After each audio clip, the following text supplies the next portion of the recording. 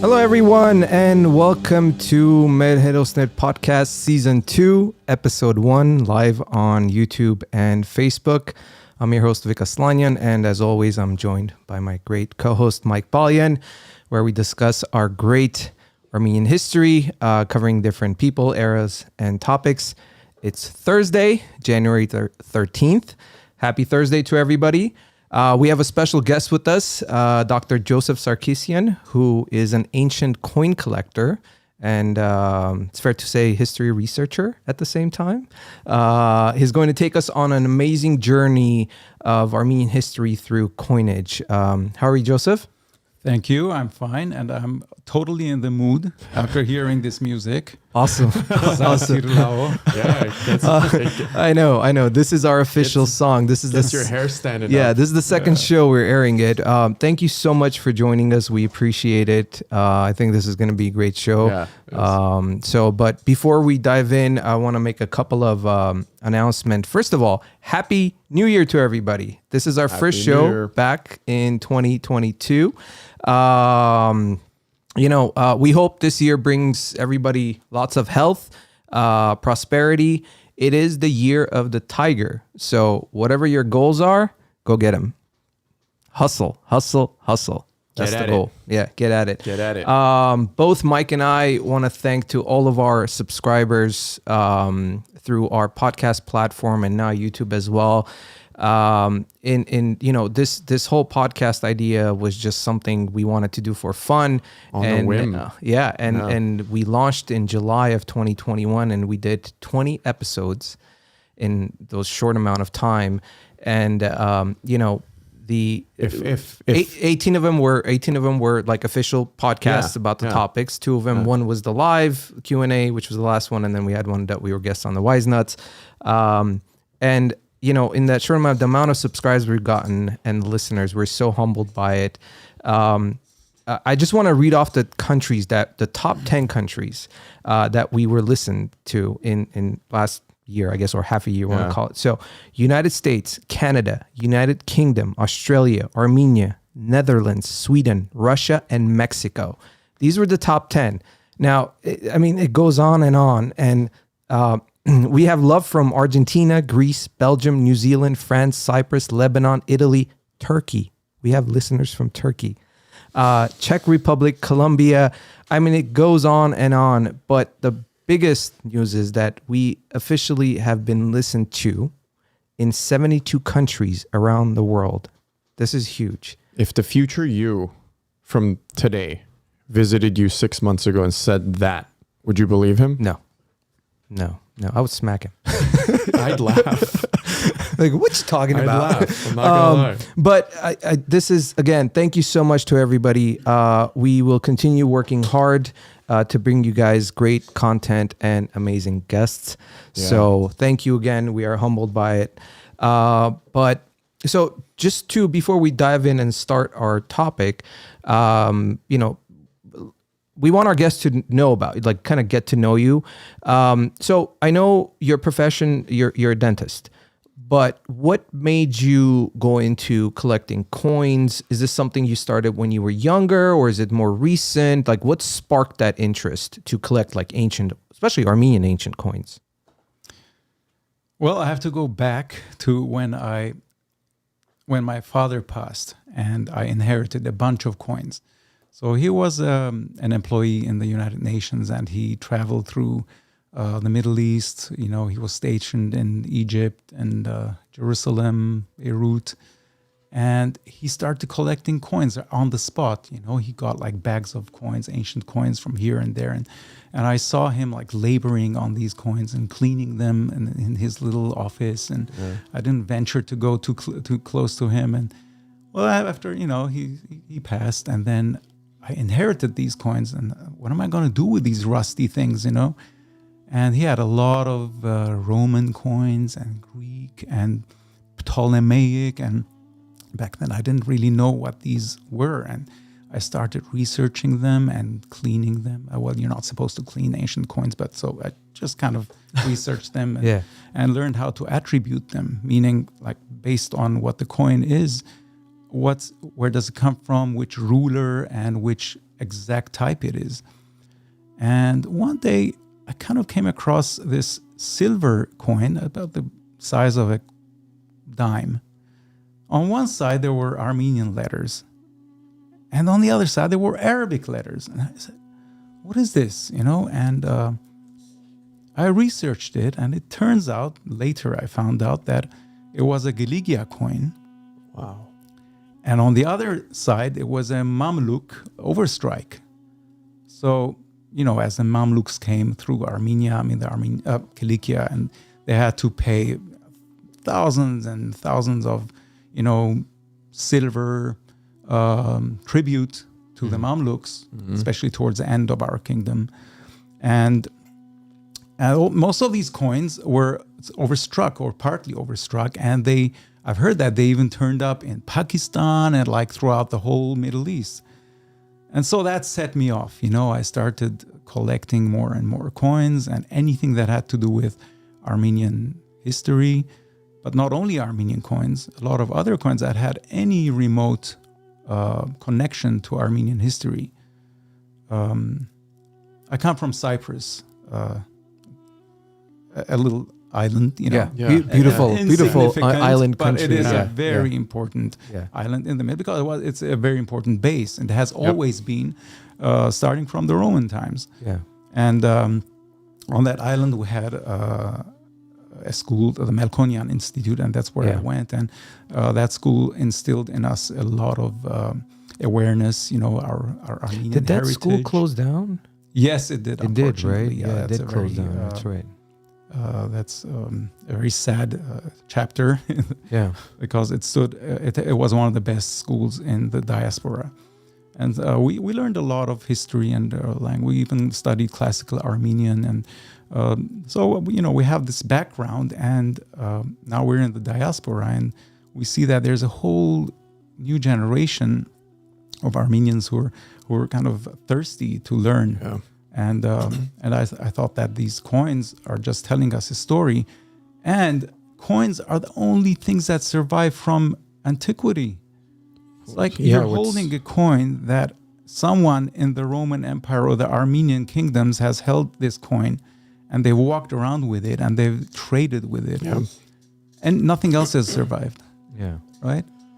In some instances, some of the stuff that we've talked about, unfortunately. I mean, especially with the Romans and Greeks, they've somewhat managed to maintain what existed back then. And, with our history, things have changed quite often. Yeah, no, I'm sure this led to, once you got the coin, especially like Armenians, to do more research and find out the history behind it.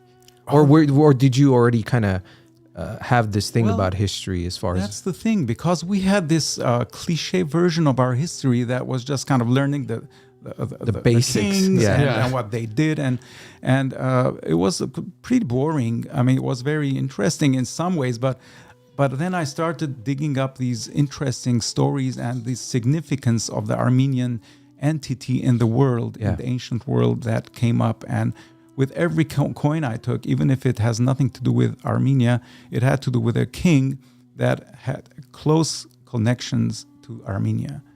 And there were stories behind these, and I had never heard these stories, and they come up, and I'm compiling them slowly and creating a huge,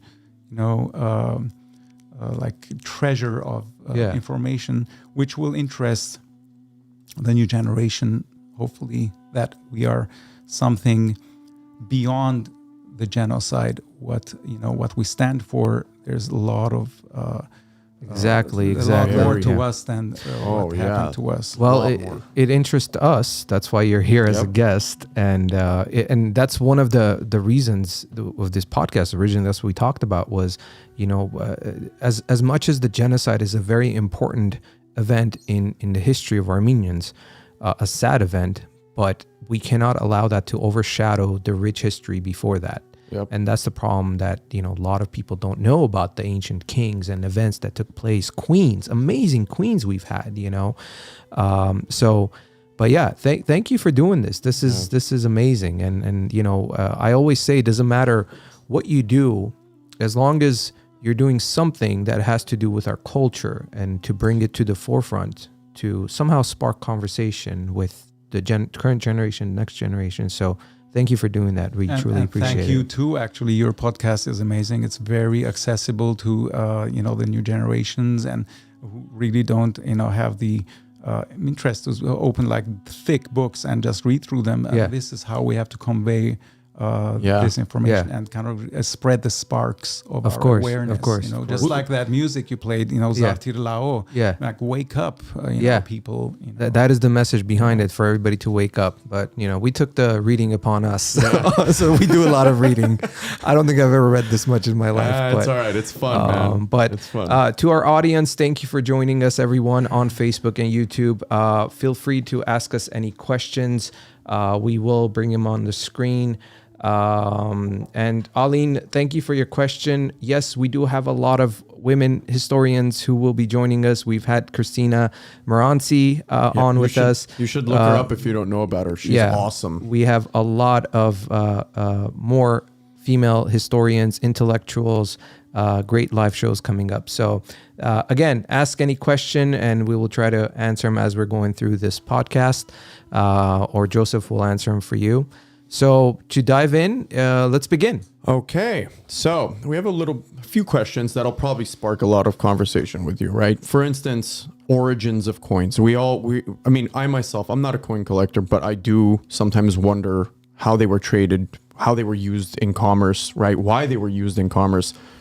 With your research and your knowledge, how far back have coins been used? Just in general, not necessarily, I'll get to the second part of the question, not necessarily specifically with just our culture, with Armenians or Armenian Highlanders, but also just in general. Is that something that you've looked into based off of your research in terms of, them being used in commerce or whatnot? And then I'll get to the second part. Well, I'm very keen on looking at the big picture always. And I've always wondered that, there has been... history has been around for tens of thousands of years. And how did these people trade in the past? Coins are relatively new. The first coins were minted around 600 BC. Really? But before that, we know that there were like huge empires and people traded, and the Silk Road has been there for thousands of years. And what did they trade? So it was commodities, bartering, materials that existed in goods that existed in one country but not in another. So they were trading, going back and forth, and grains, metals, maybe military items, silk. So many things that one area had, but another country didn't have. But at some point, it got a little difficult because, look, in the past, there were some standard measures, okay? Like, for example, in ancient Babylonia, a measure of barley was called she, okay? She. From that, shiklu was equivalent to 160 shes. And that turned into the word sikla in Greek, which the word shilling probably comes from, but we're not sure. Yeah. And sikla also means bucket because it was really a bucket of barley or a big package of barley. And it also means, it could also give rise to the Armenian word sagar. And it gave rise to the shekel, which is a very important, one of the first units of money, but it was really a weight of barley. Really? The shekel. Yeah. I didn't know that. And then 60 shekels were 1 manu. So that means that manu now gave rise to the word money. And so it keeps going. Yeah, it just keeps going. And then there's it's more like evolving. It's like a straight etymologic. Etymologic. I don't even know how to say that word. But it wasn't necessarily a coin. It was just a measure of something. A measure of a good. But at some point, people needed to be more, practical in these exchanges. And of course, there were gold and silver, like the hacksilver. The hacksilber, it's a German word. Mm-hmm. It means chopped up silver, basically, and or gold. But those were high value items, and not everyone traded with those. So at some point, metals were very important. Of course. Iron. So when we come to the Iron Age, and the Greeks had these very advanced cities all around the Mediterranean that were trading. So not everyone had gold or silver, but they had iron. So it's documented that sometime in the Bronze and Iron ages, it was used as a standard, currency, but not in the form of coins, but in the form of spits. Really? Yeah. So your barbecue spit is made of iron. Oh my God. But it's not only the spit; it's also items like household items, that anything that was made of iron was used as a valuable item. So where does this spit issue come from? So in the Greek cities, meat was very scarce. So the general population, they were invited to a lord's house gathering, and there was this ceremonial meal. And they all went with their own spits, depending on how many, or depending on your status and how many, people. Is this a hygienal thing, or it's like I bring my own spit? Yeah, and so they were given meat, and they had their big ceremonial dinner, and they left their spits there as payment. So this lord fed his populace, and he got a payment in the form of spits. So what he did with those spits, he could melt them down. He could make, arms and weapons and anything that was made of iron. Malleable commodity. Wow. Yeah. But, at some point, it's kind of hard to carry these spits in your pocket. I could imagine. Right? Yeah. I could imagine. So now the Greek cities, they were so advanced. They had to create something else. So, okay, what were spits called? They were called ovolos, okay? A spit was called an ovolos, obol. So they said, okay, let's grab a bunch of spits. How many can you grab? Like in one palm of your hand, you could carry 6 spits. That's as much as they could carry without spinning over. So let's call 1 drachm, which means grabbing of your hand, 6 spits. We call that a drachm, which comes from the word drasome, which means I can grab. So the maximum I can grab is 6 spits or 6 obols. And then they invented a little silver coin, and they called it the ovol, which was equivalent to 1 spit. Yeah. So that value, then 6 of those obols became a drachm, which gave rise to the word drachma, to tram, to that's right, dirham, the Arabic dirham. Oh my God. And I'm not kidding you. Yeah. Wow. So great. That's interesting. That is so interesting. So as you see, this beautiful coin of Ardavast is a drachm. And of course, it's a lot more expensive than a regular drachm these days. Yeah, of course. I could imagine. Of course. Yeah. Now, how far does this go back? Ardavast ruled between 55 and 33 before he was captured treacherously captured by Mark Antony and our beautiful queen Cleopatra. My favorite character. It's his favorite character. All right. Well, one question I have. I know you're going to talk a lot about a lot of the coins that you have personally in your collection, but also were these coins, from what you know, were these coins minted when some of these rulers were in power, or were they minted or stamped after the fact? I've always wondered this, really. These were minted when they were in power. Yeah. Okay. There are a few variants of coins that were minted afterwards, but they came later. Like some coins of, which I will show later, some coins of Artashesian the Third, which most people don't know about him. But And they are very distorted. I mean, generally these are all authentic coins minted by their kings. Yeah. Wow. Oh, some coins were minted by the Roman emperor, to honor an Armenian king. Okay. Yeah. Okay.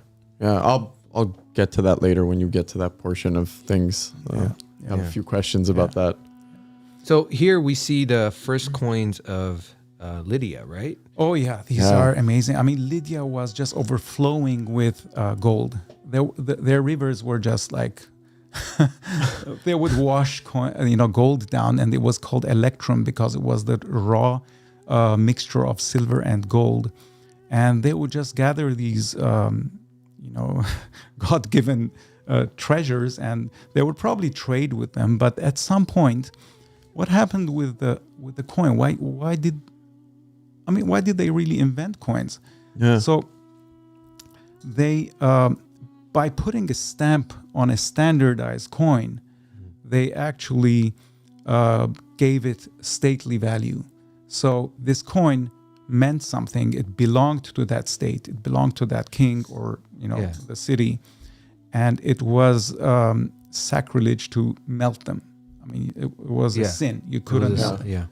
That's the same today. You're not allowed. Burning paper money or whatever the case is. Yeah. That brings Connor has, or I should say Vasquez, has a question. He said, what tribe of people specifically used the oldest coin?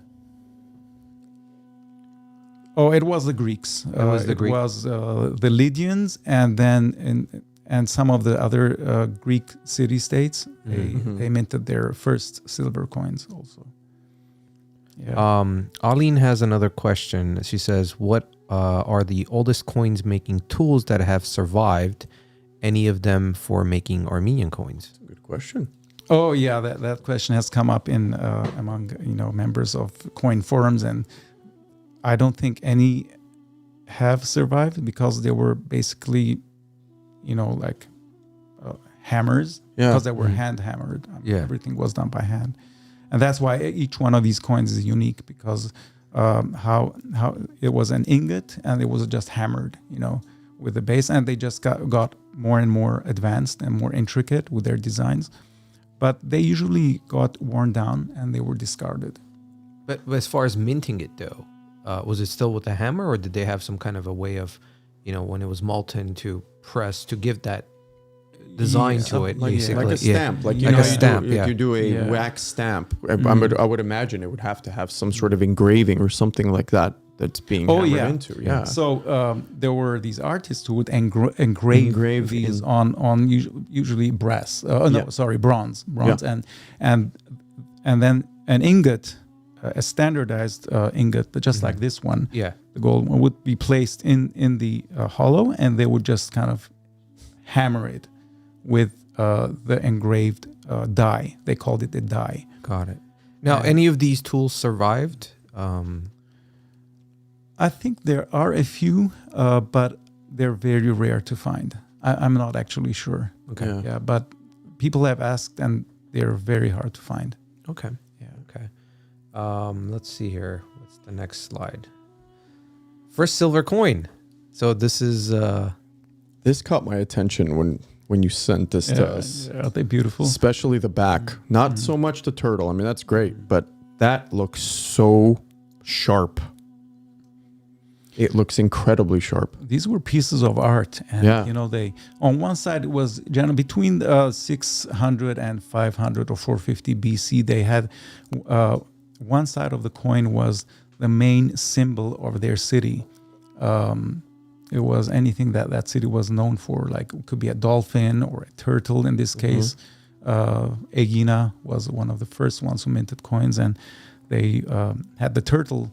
And then on the other side, it was more like an incuse, they called it, with different designs. Like some of them looked like a swastika, but it wasn't really a swastika. They were just like something that would stabilize the coin like a while they sigil. were hammering it. Yeah. And then both sides started getting more and more intricate, and they started putting letters in, like you see here in this coin, alpha, iota, gamma, which means Aegina. It's the first three letters of the island of Aegina. Oh wow! Now, this kind of leads me to our next question. Let's talk about the symbolism and mythology behind many of the images or reliefs that we see on these coins, ancient coins. So as we said, there was so much mythology back then, and there was so much imagination, and it was very important for a city-state or an island or anything like that to put their symbol on their coins. And there were mythical creatures, and some of them, like the upper right side, Sicyonia, that's again a Greek city. Yeah. Beautiful. I mean, look at the dove flying with you may even think it's fake. It's so beautiful. The fact that The detail. the fact that the detail's even been maintained for this long is just astounding. I mean, if you look at even the Mithridates coin, I mean, it looks like it's pretty old, right? So, but even the face, like they actually were able to somehow capture his profile. Yeah. So interesting. Yeah, and these coins weren't even. I think this king is known ever since they found his coins. That's another thing about coins. They're so significant when they're found that history is made based on their finds. Yeah. And nobody even knew that Mithridates really existed until they found some of his coins. Well, we talked about it in one of our episodes when we talked about what was it? I think it was 2 episodes ago, where a lot of the history that's been known that sparks the conversation to do the digging to find out is based off of findings that are coins, not necessarily inscriptions on walls or whatnot. They're coins. Mm-hmm. Yeah. And for example, Rhodos means rose in Greek, and their coins always have a rose on it, and these are like 2,000-3,000 years old. Yeah. And another one I want to point out is a coin of Hadrian. This is like a Roman provincial coin from Tarsus. And Tarsus has been a very important city from the time of the Hittites, the Luvians, pre-Greek times.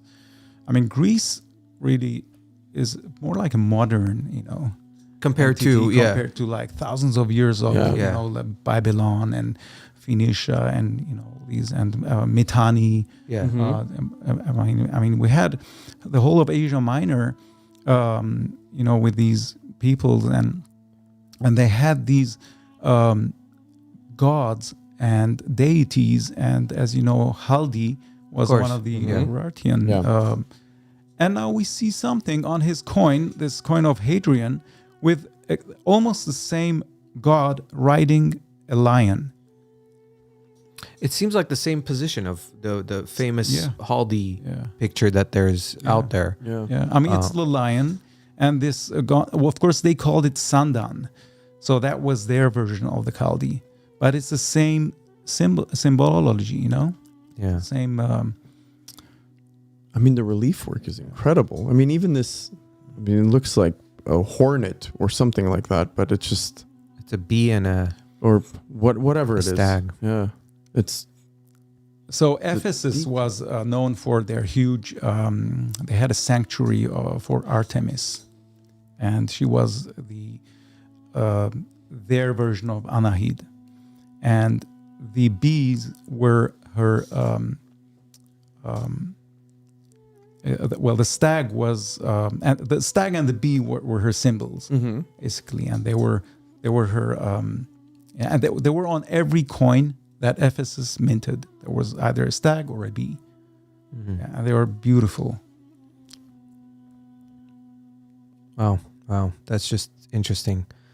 And on the top left, there's this other Kilikia coin with a face of a bust of Tyche. Tyche is a very widespread goddess symbolizing the protection and the of a city. So the Tyche, it meant fortune. So the Romans used fortuna based on the Tyche, Pacht. Yeah. And the center of its her worship was Antioch. But then you find her on a lot of coins, including Ardashat coins in Armenia. Yeah, and she was also called Tihi there. But this one in particular is another river god. I love river gods. They're amazing. I don't know where they came from, but every river, the rivers were so important that they associated a god with it, because every river was a life giver to that city. Yeah, I mean, rivers on were the seasons and whatnot. Like also, there were roadways for trade. I mean, rivers were used for everything. Land fertility. Yeah, obviously. Yeah, we've known that in history throughout time. People used to pray to get their lands to produce more crops and whatnot. Yeah, settlements across now, rivers. are these?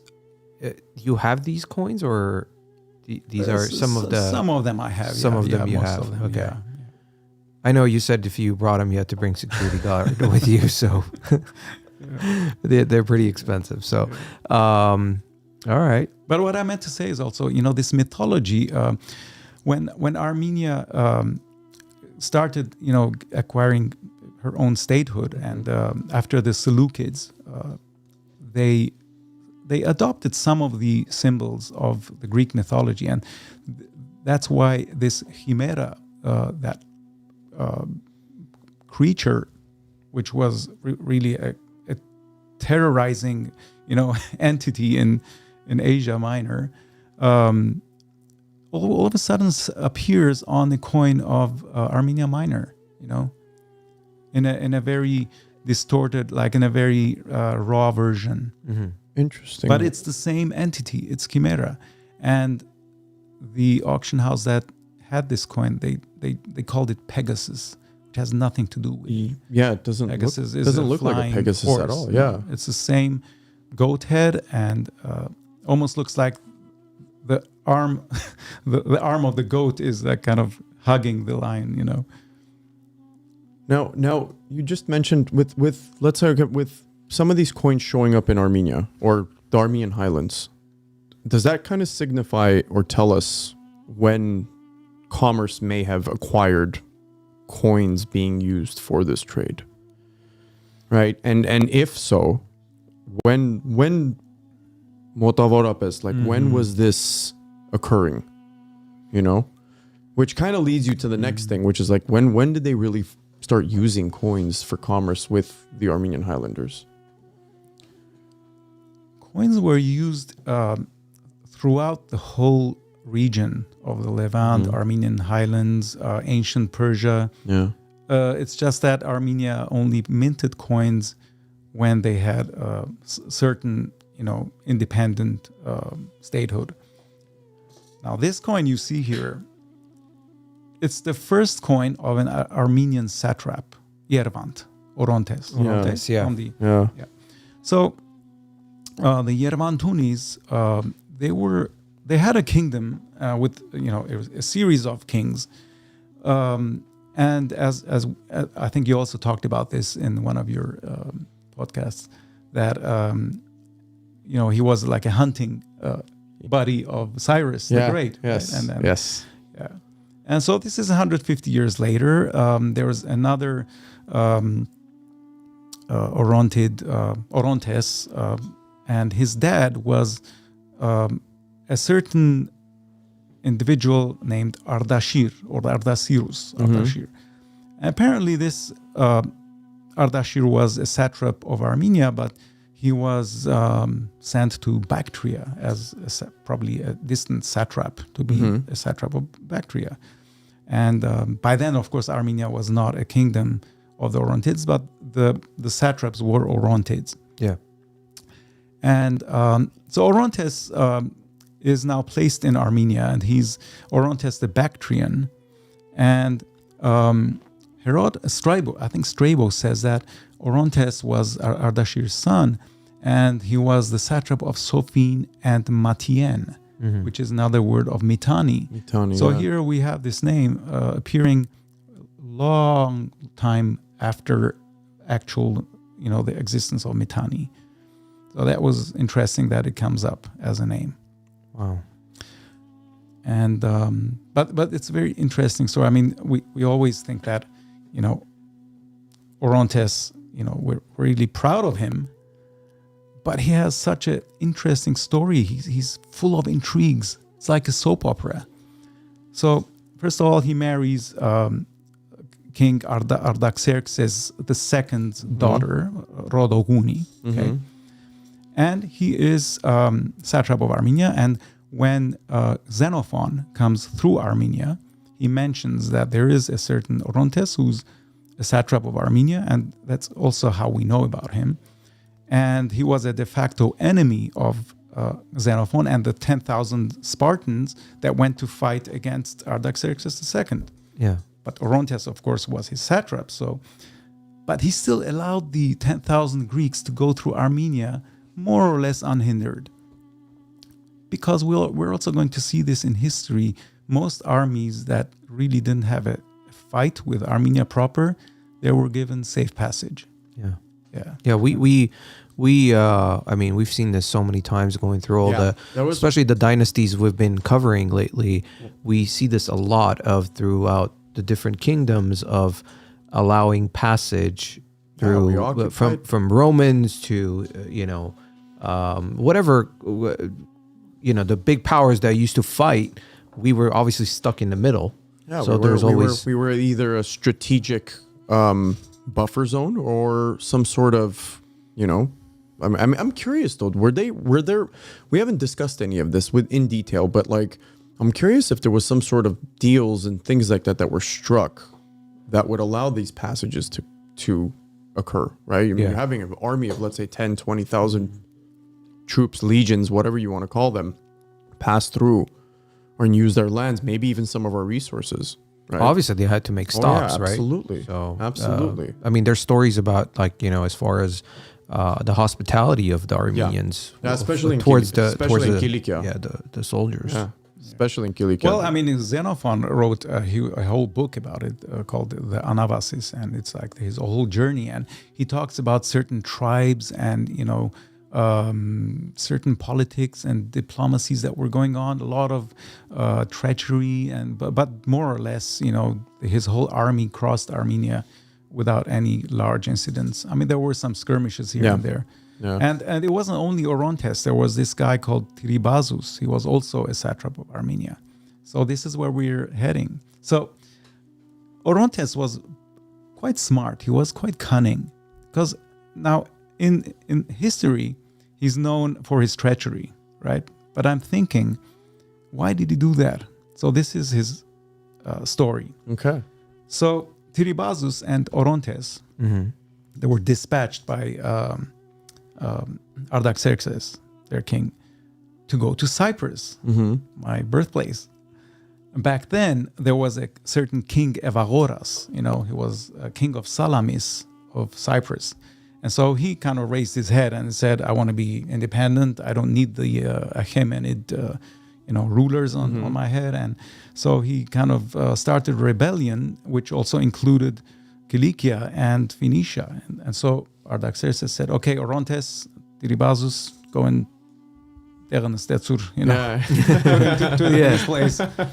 So they all go, and Tiribazus is in charge of the navy and Orontes of the army. And all of a sudden, Orontes impeaches Tiribazus. Like, he lays a trap and he impeaches him, and he gets him arrested, and he sends him off back to the court of Artaxerxes to be tried. So the war is kind of wrapped up. There's a agreement, and then there's a trial, and they acquit Tiribazus, and they hold Orontes responsible for his. Talk about a soap opera. How does that work? Yeah. Hold on. And I mean, because he kind of did something to kind of lay it. So he's not executed on the spot. He's just, because he's the son-in-law of the king.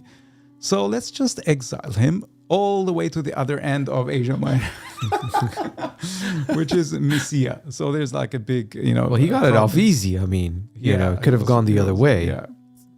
So he's dispatched there, and then this is where his coins were minted. And when you see OPO, of P is R in Greek, so oro. Any coin that you see that has the oro inscriptions on it is a coin of Orontes. The top is a King Evagoras of Salamis. Yeah, they just I think beautiful they asked coin. us what is the top coin. Yeah. So Yeah, and they are very rare. Ancient Cypriot coins are very rare to find, and they're also rare to find in good condition. And Cyprus is also very close culturally back then. It was very close mythologically, and their gods, and they were close to the Phoenicians and the Babylonians. Mm-hmm. Well, yeah, I could imagine because of the geographical location. Yeah. So it doesn't end there. Wait a second. Orontes is not done with his intrigues. he's not. So in Mysia, he starts double dealing with Should I go back? Greeks. Here, I'll go back. No, you don't have to, but Okay. and then he starts another revolt called the Revolt of the Satraps. So he gathers all these satraps, throughout Asia Minor, and he said, "Let's revolt against Artaxerxes." Yeah. As soon as they gather momentum, he pulls back, and then he kind of rats them out, and Artaxerxes just kind of, This sounds destroys the familiar. rebellion, and he's expecting probably a huge reward for that. So, and of course, he's not really rewarded, but Yeah.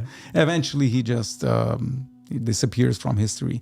But I think he was just trying to get the whole of Asia Minor under his hands, under his rule, just to get rid of the remaining satraps and get Armenia back and the rest of the the subcontinent. Yeah, he was trying to basically pull all the plays out of his book to, Sounds like a few people we've talked about. It really does. I few? hate to say it. a few. Yeah. So there's just a lot of treachery going on back then. It really was. So, all right, let's talk about this slide. So this is Sophine. important. Yeah. Zopk. Yeah. First coin ever by an Armenian kingdom. Yeah. And Frank Kovac, he has a book. He's an expert. Well, he's one of the authorities in the classification of Armenian coins, and his classification is used by most auction houses these days. And this is one of the first coins ever minted by King Arsham. I want to bring up this fact right now that the Greeks don't have certain pronunciations such as sh, j, ch. So when they write in Greek, and a lot of the ancient coins had Greek, legends on them, instead of the sh, they wrote s, Arsamis. Yeah. And the same with Ardashes. They couldn't say Ardashes. They had to write it with an X, Ardaxias. And that's why in all these historical books it's written with an X. Yeah, It's even really even wrong. when they speak English, they don't say sh. Yeah, they can. They say with They a can, s. Yeah. It's a part of their accent. And that's one thing we change because when you read it, Artashesian dynasty says we just change we it. just change it because Yeah. we want people to know what it actually is, how it's pronounced in Armenian. Yeah. That's a very good point to No, bring I up. totally agree. I think we have to use the proper pronunciation. I mean, I'm tired of reading Tigranes or Artachias or Artaxias. Yeah. Right? I'm tired of not from us, just anywhere online. If you ever research it, God knows how many times we've jumped in. It's the same spelling, fine, but at some point, No, and like I said, mentally, Yeah. I've blocked it out and just read it this way. all right. So let's go. Do we have more information on this, or No, not really. I mean, it was. let me know these- when you want me to change the slide, so that way we're Well, kind of I mean, on the same. I could Wow. kind of mention that these kingdoms, as the Seleucid kingdom was kind of waning and they were being eroded away, and little kingdoms were splintering off. Sophene was the first one, and then after Antiochus III the Great, he lost his first battle against the Romans at the Battle of Magnesia in 190 BC. That's when King Artashes and Zare they were Orontids. Actually. Yeah, and Zare became the king of Sofin, King of Sofin, Yes. and his son Artashes, his right? brother. or brother, Yeah. sorry, not not Yeah. son, Yeah. brother, became the king of Armenia. So they kind of took advantage of that situation. And coming to Artashes, But didn't Zare's son also become the king of Armenia? who? Which No, one? I don't no, think no, so. no, no.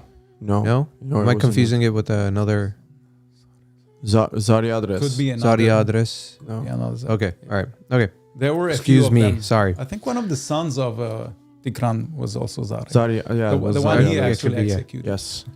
Now, I mean, we saw this. This was is so cool. interesting. Yeah, I want you to. I have to admit, when I'm like, Yeah. whoa, this Yeah. is cool. Okay. Yeah, this is our Go ahead. Ardashat dynasty. It's like Yeah. our pride, and I think every Armenian should kind of know that this is, we have had this like the heyday of our history, but a lot of us don't know kind of the fringe kings, like the sons and the we're so You stuck have your on stanchions. Yeah, we're so stuck on Medzen Dikran that, Medzen Dikran was a great king. Yeah. But I kind of believe that Artashes was the true king who brought Armenia together. Yeah. And that's one thing we mentioned when we were covering When we were talking the about Artashesian dynasty yeah. is that a lot of people don't know about him and his story, how important he was and everything that he did. He paved the way, more or less, for what eventually Tigran accomplished. Of course. And a lot of the influence, a lot of the ideas that Tigran had, he took it from his grandfather. Of course. Oh, yeah. Absolutely. Well, Artashes, first of all, I mean, there's a lot of reference on him from Strabo. He said Artashes unified and coalesced into his realm all regions where Armenian was spoken. And I think you mentioned in your podcast, like from the Mitanni, a lot of the provinces. I mean, these were all the same people. He just kind of put them together, brought them together, united them. Yeah. And he calls them homoglossus or homoglotus. It's an interesting word because it's like homeoglossal, which means hamalezu, which means that this whole kingdom spoke more or less the same language. Different dialects, probably. Yeah. But he also did one more thing. He deified his ancestors. He said, Strabo said, progoni isothei, which means nachninere astvazatzuz. So that's important in the ancient times. Yeah. You have to bring mythology, your gods into life, so that your population will follow you through their through their beliefs and their Of course, absolutely. I mean, it's and he erected the temple of Artemis in Artashat, which is probably Anahid. But he was also kind of a soldier, a general of the Seleucids. So it was a Hellenistic state, and until it slowly incorporated the Armenian elements, that's why the temple of Artemis is still the Greek name. But it was important that these ancestral idols were revived. And that's how he brought the whole country together. Pliny the Elder, he describes 120 individual prefectures with barbarous names. That is a quote from Pliny. Yeah. Of course, for the Greeks, anything non-Greek was barbarian. It doesn't necessarily mean that it's bad, but it's just... Well, the Romans, I'm sure the Romans kind of felt that way at some point too. There was either them or nobody else, right? Anything else is uncivilized. Yeah. Well, a lot of the historians of the Romans were like Plutarch. He was Greek. Yeah. And a lot of these historians didn't really like Armenians because they were pro-Greeks.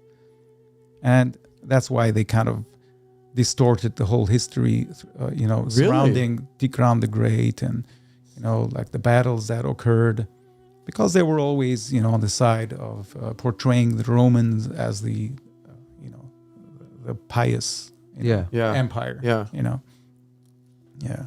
Well, there was a lot of influence. But that's interesting though. So some of these Greek historians you're saying were writing during the Roman era. They didn't. I got a little confused there. Sorry. They weren't okay with the Armenians being on the side of the Greeks, or more or less like over time.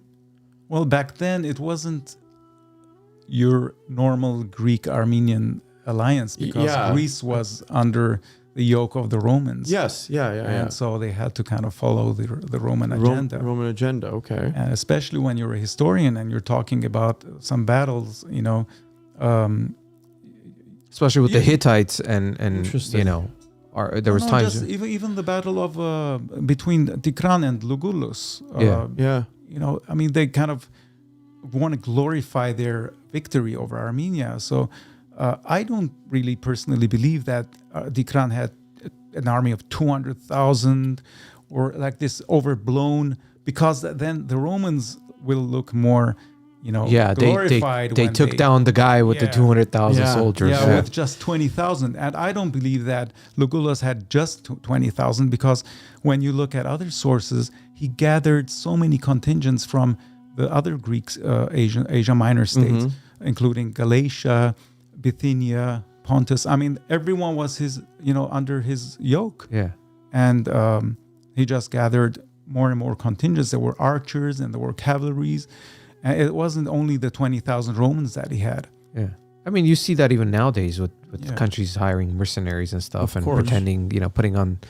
It's a practice that's been used forever. So, but by the way, great job with this tree. This is amazing. I can't stop staring when at I it. saw this, I was I'm not looking gonna lie. at it.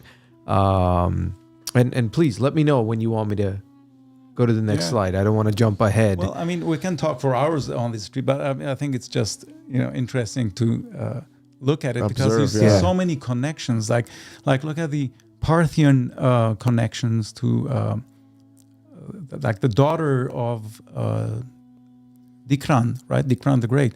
One of the daughters married Pagor or Bagur, who was the son of Orodes. Yeah. Not Orontes. Mithridates II was an amazing king. He was the king of kings of the Parthians, which I'm going to get to next. Mithridates is yours. Well, that's not the same one. My guy was, I think, what was it? The Mithridates the sixth. The sixth. The sixth. Yeah, the sixth of Pontus. Okay. Yeah. Okay. That was with Tigran. Yes. Yeah, that was with Tigran the Great. There were so many Mithridates. You just kind of have to sort them out. I was trying. But I know he was the sixth. Like on the right side, there is the Mithridates of Media. Yeah. And then he had a series of kings coming after him who had Armenian blood, because Mithridates married another daughter of Meds and Tigranes. So now you see Ariobarzanes and Ardavastes from the Medians. Now they have Armenian blood. I mean, the intermingling is so incredible to me. Like, just looking at this, like this person married this person's daughter. It was all alliance. It was all strategic. But remember, we talked about this. If you were to actually, obviously these bloodlines continued. Of course, they did. So if you really think about it, there's still that mixture between different cultures, Armenians, Hittites, or Greeks, whatever. The mixture, it's still there. I mean, obviously, it might be diluted, but the bloodlines connected. Especially with royalty, you had to make sure that you had some kind of dynastic, of course, the royal blood. Yeah. So that you would have uphold an alliance with another country, and it would kind of trickle down, and then you'd see these unlikely connections, like that beautiful woman Glafira. I was just looking at that. Yeah, she's a noble lady who has so many connections in history, including Alexander of Judea, and then she gave birth to one of our kings. Of course, he's not considered an Artasheshian king anymore, but he was one of our kings. Right after, actually during Erato, he was the last ruling king with Erato. Well, Tigran the Fourth, Dikran the Fifth. Oh, the Dikran fifth. yeah, because remember we talked about how she Oh, ruled. you're talking about down not there, only okay? with Because her brother, but then she ruled with another Tigran. That's right. afterwards, That's yeah. right. We covered that. Yeah. You're right. Yeah. And that's another like random thing that happened. Dikran the Fourth and Erato were ruling together. She was his consort sister, Yeah. half sister. Yeah. And they were ruling together, and they didn't have offspring. I don't know why. What is this with our kings? Most of them didn't have any heirs or offspring. I mean, Well, obviously they were brother and half sister. Well, so I that mean, would, but overall, yeah. yeah. But it wasn't the? I mean, from what we talked about, Erato. I mean, they were dethroned because of the nobles, right? Well, the nobles Or have always yeah. had their hand. It seems like with everything, but Erato and Dikran the Fourth were kind of anti-Roman, Yeah. and but they weren't deposed until Dikran the Fourth died in a random battle with some tribes in the north, and Erato was left on her own, and then Rome decided to put some to place the Median king. Yeah. The Median Yeah, king came in and they dethroned her. And then the Armenians just went berserk, like Yeah. you're putting our country in the hands of someone else. Yeah. media who's Yeah. our like arch enemies. Arch enemy. That's Yeah. right. That's right. And then after that, I think there was some kind of an uprising, right? And then they Yeah. dethroned him, and then she And then came put- back and put her ruled back, for yeah, for put another her back 6 again, years. yeah. along with Dikran. Along with fifth. the fifth, and yeah. then 6 years later, the nobles, our own Armenian nobles, rose and dethroned them. Like it's so I mean, it's- bizarre. Like I'm I mean, you telling don't you. know what the political things that were happening back then. Obviously, we don't have that information, but That's why it's so refreshing to see this. Yeah. I'm not gonna lie, because sometimes reading over some of that stuff, I was like, okay, hold on. Trying to connect the dots. We should be doing this, man. We should be doing this. yeah. We should have something like this made for anything that seems confusing. By the way, to our audience who is joining us live both on YouTube and Facebook, thank you very much. Feel free to ask us any questions. Connor, I think this question is more for maybe Harach, who's watching. Says, how many of these coins would it take to buy an ancient Armenian rug back in the day? So Harach, I don't know. Do you have an answer for that? I don't Or know, man. if you don't, maybe Harach has one. Like that Artashesian the second coin, that is so rare. I don't even know where it is. It's probably a museum one? piece. Yeah. Number 6, yeah. Maybe somebody's hearing us, that owns that coin. Yeah, reach out to us or reach out to Joseph. Yeah. Maybe we'll put a GoFundMe and buy it off of them. But if you look at that one little arrow that's going down, Right. Are you talking about that one? Yeah. I want to talk Autodesk, about yeah. that. Autodesk I the wanna talk first. Oh, about- So another we talked about him. another misconception about Dikran. He spent 25 years of his life in captivity, Yes. right? From age 20 to 45. And Now that was because of Artavasd, right? Artavasd gave him away in some kind of a yeah. He was taken as a royal. But here's the thing. program, I call it. So I called it that. so here's the thing. There's a lot of, and I'm starting to as we're going through this, and when we did the Tigran the Great episode, there's really misinformation because there's some writings that talk about his father, Tigran's father, giving him away as some kind of a, like you said, exchange in good faith. But good it faith. wasn't his father. It was Artavasd who actually brokered the deal and said, "You can take my nephew." Dun dun dun. So Well, maybe Artavasd the first didn't have any, heirs, children. I know, and but- that was but- the next heir yeah, who was the most but important. at that royalty. time, I don't think Tigran the First wasn't king yet. No, he wasn't. You're right. You're so right. Artavasd Yeah. said, "Well, here's my brother's son." Yeah. That's like me telling my Yeah, brother, like, giving his son away on. Hey, listen, Game of Thrones. I'm telling you, I mean, this is the Back best to way. Game of Thrones. Hey, this is the best way I could describe it to anybody who's younger, obviously, because they've probably all seen it. It's these backroom deals. Yeah, but it's existed ever since back then. Yeah, exactly. You And know what it I mean? always happened. I mean, not only Absolutely. one royal hostage. They took like multiple ones. Of course Some, they did. Some of the Parthian princes went to Rome and were raised in Rome. Mm-hmm. And then, you know, because they were kind of nurtured and you know, educated, you know, pro-Roman or whatever. But now Dikran was raised in Parthia. Yeah. Yeah.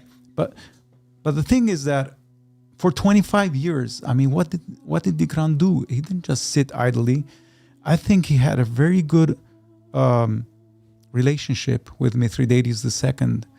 He really cherished Dikran, and I'm sure that he taught him a lot of the strategies, military, you know, intelligence. And back then, of course, the Seleucids were starting to get weaker and weaker. So it's pronounced Seleucids. Yeah, I don't know why I say Seleucids. Well, the true one is actually Selevki. Selevki. Okay, yeah. so we've been Okay, pronouncing it good wrong. to know. Selevki. From now on, remember Selevki. Yeah. All right. Right. And so what happened to Dikran? So he was living in Babylon. Okay, there's evidence that he was living in Babylon. Who else was living in Babylon?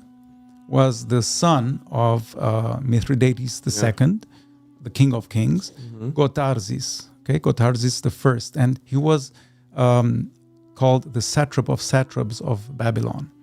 And they probably even lived in the same palace. They probably rode together. I mean, he was a royal guest. You know, he wasn't really a hostage; he was a guest. So, and then Dikran got married, Arya, and he had his first daughter, Aryazat Avtoma, okay, who married Gotarzes I.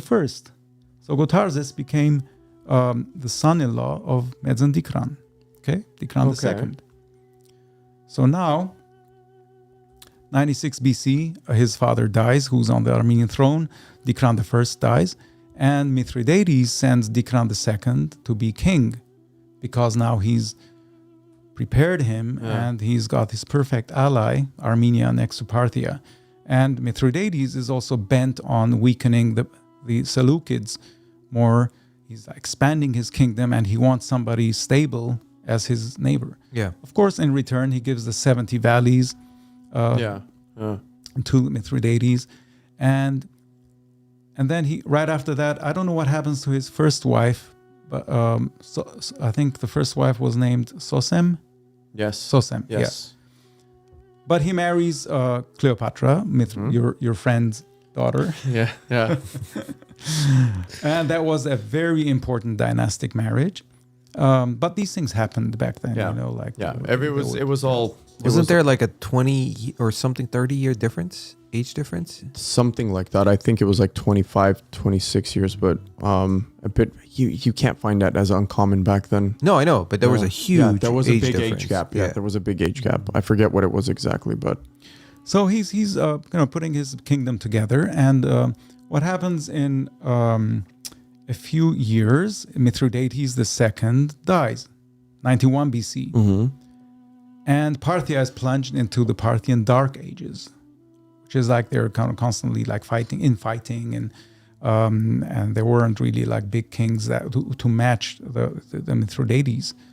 And Gotarzes becomes king, right? Dikran the Great's son-in-law becomes king, Gotarzes I. In 87 BC, his brother, Gotarzes' brother, Mithridates III, I mean, they had big families, you know, lots of like brothers. Mithridates III kills him along with his wife. Tigranes' daughter is killed. that's right. We talked about this. Yeah. And he becomes king. See, but here's the interesting thing.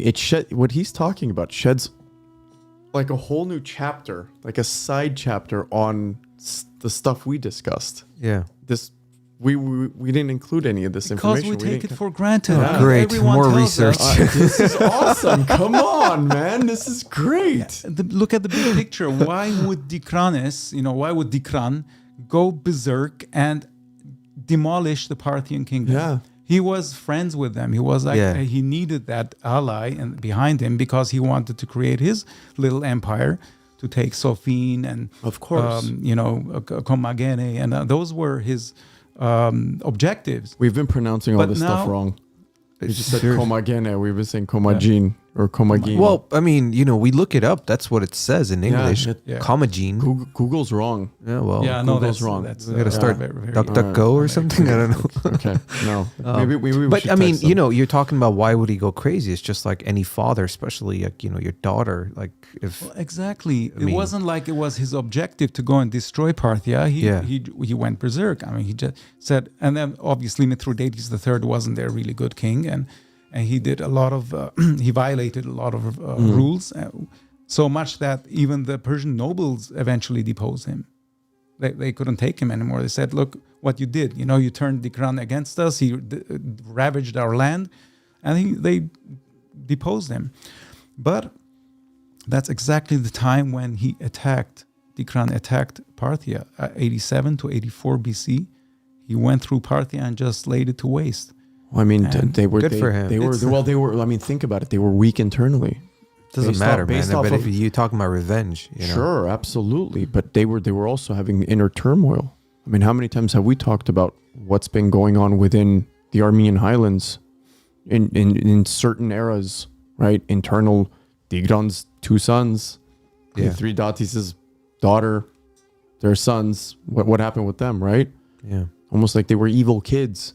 Yeah. A Arlene, you're couple right. more. It is an Armenian version of Game of Thrones. Yeah, it and, is. It really and is. we mention this all the time, man. Somebody needs to make a movie or a series. Actually, There's a movie. lot. No. The movie. I don't think the movie is a good idea. I think a series about this whole era with Tigranes and everything that happened, and then from there, that could lead to prequels of Well, look, Artashesian. So many other things that can happen. There was a good couple hundred years here, right? Between, I think you and I even talked about this just by ourselves. Yeah. Not on camera or on the show, where I would say anywhere from 1 BC or like 2nd century BC to about 1 AD.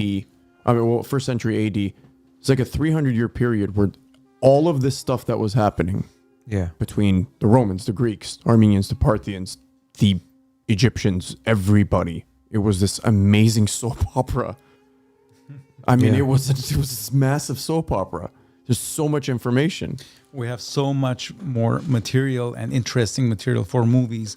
And when I look at some of the movies today, like these epic movies, it's so ridiculous. Based on whereas we based on have a true so much- story. You for know like- what's really kind of the other day kind of really boiled my blood is I was bored at night trying to find some new show to watch on Netflix. It's like 11 o'clock and I came across this Turkish show on Netflix. I forget the name, but These it's like guys, it man. takes place in 1200 BC, 1200 year 1200 AD. So and At the end of the Holy Wars. yeah, it's about this Crusades. tribes and so, but it takes place. And the funny thing is, as they're traveling and stuff, it takes place basically in Armenian highlands, but no mention of it obviously. But it's in Turkish, and there's and I'm looking, and it's 5 seasons, and obviously there's so much falsification in there and things like that. And I was just like, are we as Armenians that caught up with our BS out here? That with the money that, I mean, the connections we have people in the movie industry. Yeah, but they have a lot of money to throw at everything. Listen, man. this They is really produced in Turkey. I understand. It is made in Turkey, and it is just, they sold it to do. Netflix. Have you seen their productions? And I'm not trying to make comparisons at all. No, and what nor I'm am I saying is, backing or what I'm defending saying the is like Turks. we have Just the saying. right people. We have amazing We do. Armenian producers, We do. directors. We have you tell me we cannot come up with $100 million to do So- something like this? So why isn't anybody doing it? It's just, I don't It's know. not a priority. Yeah, I it's think not it a should be Bingo. a priority because, look at what Turkey is doing. They have an enormous budget in just kind of stifling Yep. the Yeah. Armenian Well, entity. Bingo. Out of, Yeah. See, they've made it an initiative. Yeah. Do you understand? With the G-Wagons are more important. So anyways, Ouch. I can vent about this for hours. Ouch. But all right. So I have a question for you. one of the questions that we prepared for you, with the limited information, found in ancient Armenian history, coins obviously tell us a lot about certain time periods and eras. What or who served as an influence, or shall we say, Armenians may have served as an influence on other cultures in this area? You mean during the Artashad period? Or Yeah. I mean, especially, I want to add something to that, especially with, let's say, some of these coins, right? I mean,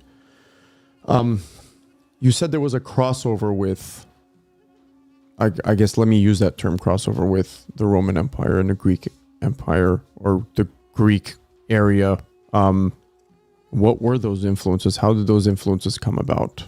I mean, we've already talked about how there was like the intermingling between families and certain individuals and whatnot. But besides that, was it common to find Armenian coins or an Armenian head of state stamped on a coin from Rome, from, the Greek influence or whatnot, or even anywhere else? only in relation to when Rome installed a king of their liking on Armenia, or they vanquished Armenia, then they put a king. But you will see them. Okay. It's coming up. Yeah. Sorry, jumped the gun maybe a little bit. But. Yeah. But the one that you're looking at now is Artashes. Artashes didn't really. At first, Artashes minted coins with Aramaic script, so it wasn't really that Hellenistic. And he used a dog, which is very rare in Greek or Roman coinage, and so this was very Armenian. And then later he had the coins with the grape and the eagle. Joseph, this is like the third person who apparently everybody keeps making talk about the painting. Are these your paintings? Are you a painter? Yes, these are mine. Really? It's from the series of Ardashat series. Yeah. Wow. Yeah. Well, thank you everybody who brought this up. I mean, I kept people asking, like, can you ask him if this is his painting? So you're a painter as well. Yeah. That is amazing. I'm wow, that is actually beautiful. an artist, and I'm a dentist by hobby. So it works the other way around.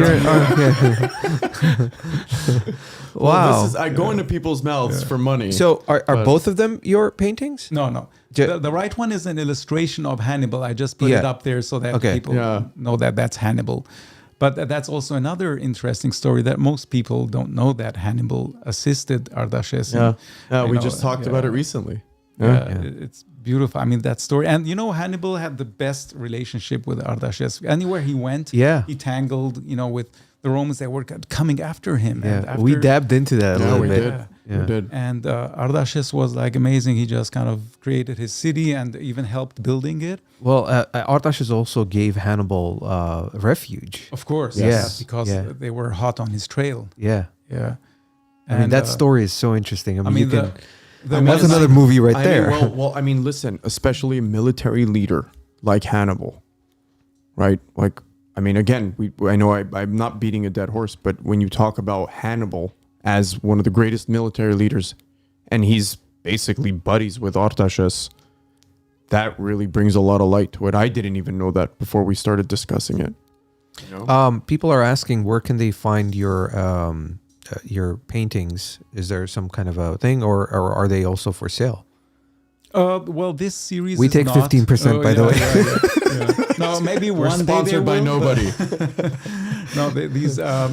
Joseph Sarkissian artwork on Facebook. It's a Facebook page. Okay. I usually post everything there, but I'm That's putting awesome, a website Joseph, together seriously. featuring all these. Okay. And but it's been my dream, because one thing that struck me was, search Tigranes the Great or any of our kings, and these cheesy little illustrations come up, and there's nothing on Google. Yeah. I mean, can't someone just draw or paint these huge epic, personalities and present them to the world? Well, there are a few. Obviously, there's our sculpture, but there are a few illustrations out there that, they tried. Well, yeah, I mean, I have to mention his name. Robert, that guy. Sarkissian. Pashayan. Robert, The he French, has- French. No, he's Armenian, but he lives. I think he He's lives in in France. France. Yeah, Yeah. he made a really good 3D rendition of I think I know this, Tigran, and I think Gevorg helped him. He knows Gevorg. Yeah. Gevorg helped Yeah. him. Well, I mean, the thing is, when you being an artist, you would understand this because nobody knows what they look like, and these coins, obviously, these are just side profiles of making them look as young as possible, and they're not really. I mean, it's a coin, So it is something you envision with that person. So every artist's vision is different, just Sure. like his vision, Mike's vision, your vision. So, but you're right. There isn't something like as far as a painting goes, something powerful, fine art. Yeah. And that's why I don't put details of their faces. I want their presence to be known. Yeah. you know, rather than details. Yeah. No. I'm the opposite. I just go right to the details. We need that too. I can't avoid it, man. I Edgar, wish I was like that. Edgar is I wish. asking, I've been trying to find out where do we go to purchase coins. Edgar, I think you mentioned this off air, just as far as you go to auctions, right? There's auctions of coin auctions. I think a really good site is www.numisbids.com. So, and then there's all the auctions are up there. Mm-hmm. Yeah, you can like search and new, like the word new. It comes from numismatics, which is a Greek And word you for, or yeah. N NU. NU Yeah. is NUM. oh So numisbids. NUMISBIDS. okay, got it. Yeah. There you go. It got it. All right. Well, should we go to the next slide? Sure. All right.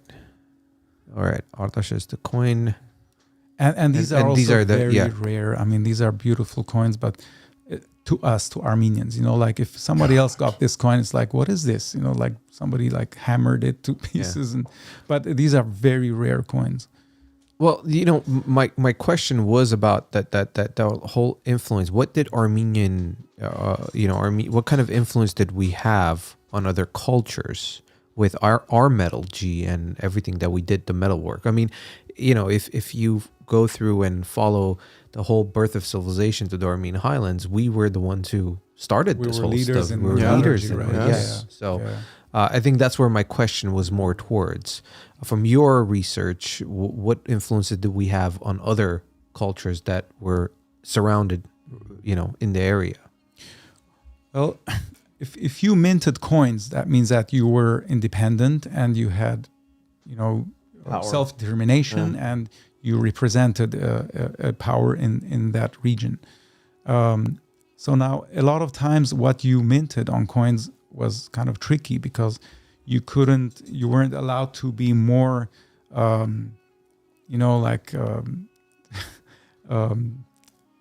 you were significant. Then you're like, if you're a king, you can't mint nicer coins than the king of kings. So there was the level of hierarchy. There was a hierarchy. Interesting. But I think we were just a little primitive in coinage. That's why our coins were a little rough, because you know the Greeks had been minting coins forever. I mean, for centuries before we started minting our own coins. And look at what Tigranes achieved. I mean, Tigranes conquered, as soon as he conquered Antioch, we're going to get to those coins.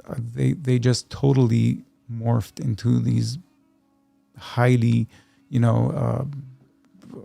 quality and beauty coins, and everything. Yeah. Wow. Huge difference. So interesting. All right. King Artashesian the first. The grape. That's what. The grape. I put a lot of any coin that has to do with the grapes. A lot of Kilikia coins. These are Kilikia coins, not from the Armenian Kilikia, but 300, 400 BC, when they were Greek city-states. And there's grapes everywhere. I mean, that region of the world, grapes were an absolute wealth because, as you know, Armenia was one of the first wine production centers. And why would Artashesian put a grape on it? I mean, he could have put any mythological creature on it or a god, but he put a grape. And you can barely make out his name in Greek. Artaxe. On the left, it's going from top to bottom. Artaxerxes. It's unbelievable. Yeah. I mean, just that in and of itself is pretty crazy. Now, are these I mean, silver that's just- or what? Yeah, what they're all ma- silver except Usually. the coin from Artashesian. That's bronze. bronze. Okay. Now, was that common practice? I mean, I know we always think gold coins and whatnot, but in this era, was it common for most of that area to have silver coins and bronze coins? And obviously, one or the other would have a higher value than the other, of course. Yeah. Yeah. Silver coins were minted more to pay mercenaries or armies. Really? Yeah. Or just kind of enrich the treasury and for larger transactions. Gold coins were just basically wealth. I mean, you wouldn't Yeah. just kind of exchange Yeah. gold coins left and Yeah. right. And that was mostly, you said the first, when we went through that slide, it was Lydia, right? Yeah. Lydia. Yeah, Lydia. They're the ones. Lydia. Yeah. Well, those coins come in sizes, and some of them are so small. I mean, you could maybe buy a cow with a tiny little speck of one of those coins. So, and they each had a name based on fractions, like that one we saw. Because it's was the gold, same. obviously. Yeah. Yeah. You know. Yeah. So they had a lot of value. I mean, and the bronze coins were more like, regular exchange currency. Commerce, Among regular the commerce. Yeah. Yeah. Wow. Those are beautiful. All right. Let's see. Next one. Is this your illustration? Yes. Wow. I always wanted to Colored depict, pencils, huh? I didn't want to draw or paint the battle, but just like the majesty of his army, because of how Tigranes was portrayed by these, Armenophobic historians. Yeah. I believe that we really had a majestic army. And of course, Plutarch, kind of mockingly quotes him. Now I'm going to find it. He says, when he was reviewing Lucullus' army, he said, if they come as ambassadors, they're too few. Too many. If they come as an army, they're too few. So he kind of quoted Tigranes, as if he's mocking him, like as if he's arrogant, right? Yeah. And then he also quotes. Supposedly, his general says that. Let me find the quote for you.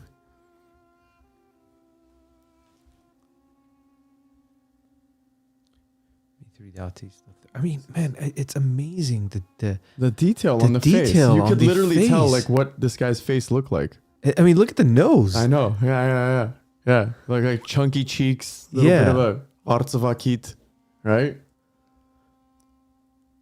I mean, so the negative of this that they had to create in order Yep. to stamp Yeah, it. the inscription to Wow. use that to be able to get the relief. Yeah. So I mean, the battle was kind of sad because they kind of underestimated the Roman army.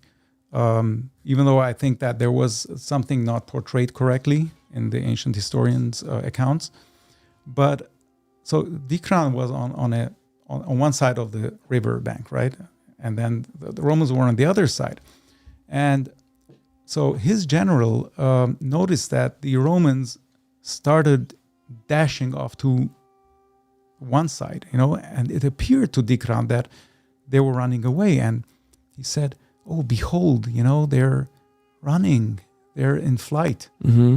And the general said, "No, I think you're mistaken, my king, because who would have their full arms shining and, ready for battle, running away from a battle? I think they are ready for battle." And so he warned Tigranes.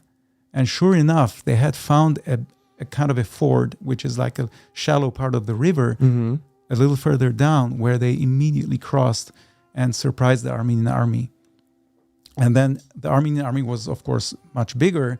And then when their cavalry also kind of encircled the Armenian cavalry, we had cataphracts, like armored horses. Yeah. They couldn't maneuver, so they kind of fell back on the infantry, and then they just kind of stampeded each other out. And then Plutarch says it was a slaughter. Of course, a lot of them escaped, but that was basically what happened. They were surprised. And they didn't realize that the Roman armies were so highly trained that, they had beaten his father-in-law so many times before they reached him. And Lucullus was out for getting his treasuries. He wasn't out to conquer Armenia. Yeah. And it was just an excuse, give us Mithridates. And Dikran said, no way. And then he said, okay, let's just go and loot their treasures. And that's what they did. Yeah. And that's why Rome actually got upset at Lucullus in the end, because said, okay, you're lingering and you're not achieving anything. We didn't even advise you, or we didn't, the Senate didn't approve you kind of continuing this war. So they called him back. Yeah. Wow. What? So interesting. So interesting. All right. What are we looking at here? This is your illustration? Oh, no, just kidding. This is on a lot of websites. It's a map of Armenia. It just kind of gives you an outline of how many different provinces we had. Kingdoms and provinces we had. Yeah. I think only Syria. So this is the Greek Cilicia that you were mentioning, right? Yeah, correct. Okay. I wasn't even aware of that. There was a Greek Cilicia. Yeah, it comes from the word Kidix. It's a mythical. There's a mythical name behind it. It's a story. I'm not sure right now, but it comes. It's a very old name. Armenians didn't invent it. It was always called Kilikia. Oh wow! Yeah, I didn't know that. See, this is why we do this, to learn. Media Atropatin was actually. Oh, let me go back. Oh, yeah. Oops, sorry, my bad. There was a satrap called Atropatos, and I think that's where that name comes from. It's amazing looking at this map sometimes, with everything that we've talked about so far, right? Yeah. Arnojan, Azerbaijan, they don't exist. Yeah, they don't exist. Well, I mean, Azerbaijan is more like a distortion of the name Atropatin. Atropatin, yeah. exactly. Because they probably wanted to Turkify that name. And hence, yeah. Which is basically, I mean, look at the exact location now. You have that. Well, it's also a little bit of Iran as well. Well, that's the northern part of Iran. I know we talked about it with Gevork one time, right? Yeah. There's an area in Iran that current name Azerbaijan is trying to rattle to get back. Oh, so coming to the beautiful coins that everybody is after, of course, the tetradrachms of Tigranes the Great. So by these the way, are larger coins. We want to mention there are a lot of fake ones out there, guys. Yes, so, be careful. Yeah, be careful. If you're going to invest, you're going to collect. There's a lot of fake ones. You need to get them authenticated, right? Checked. Yeah. So make sure if you're going to invest, make sure you get the right one. Especially be careful on eBay sales. Really? Yeah. There's a lot of them these days. So when Tigranes went to Antioch, Antioch was founded by Antiochus, the Seleucid king, the second king, I think, in that line. They were the descendants of Alexander the Great, and they had one of the best mints in the world, and they had artisans working in their mint, and they would create these beautiful coins. And when Tigranes went into Antioch, he started minting his own coins there, and he's the first one who used the reverse imagery of Tyche, or fortune. Tyche seated with the river god Orontes swimming at her feet. He's the first one who used that type of imagery. Following him, a lot of Roman emperors copied him, minted the same style of coin. So there's your answer to the influence. Now, right? I know this is your illustration as well. Yeah. I mean, I would love to have these on canvases. That would be amazing. Because I've been thinking, I mean, he had these beautiful coins. Did he never visit the I'm sure he did. So this is like in my imagination. him visiting the mint and approving his coins. Of course.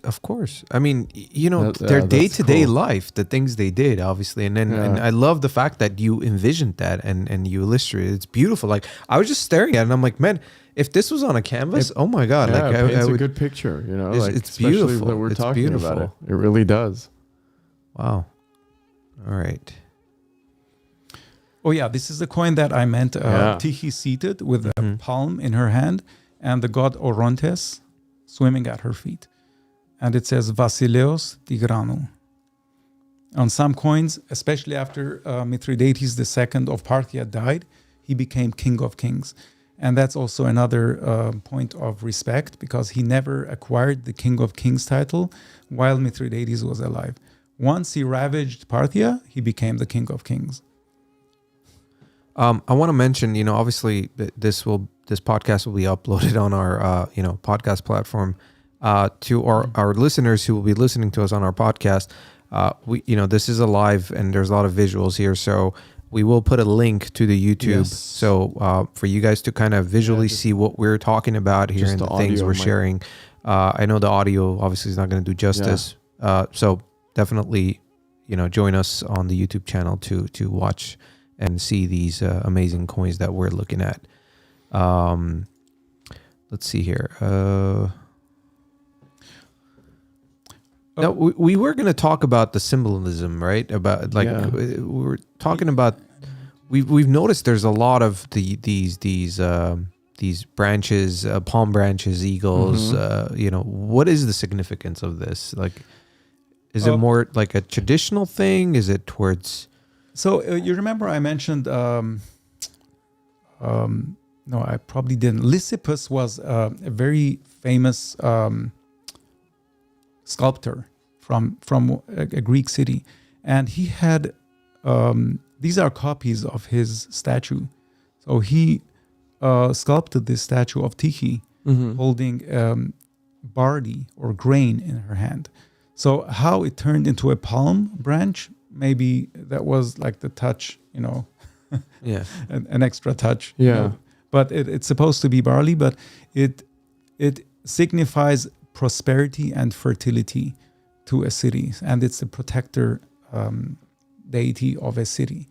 And some cities had similar deities or goddesses with other names, but Tyche was one of the most widespread, and she comes up in a lot of coins all throughout the Asia Minor, Okay.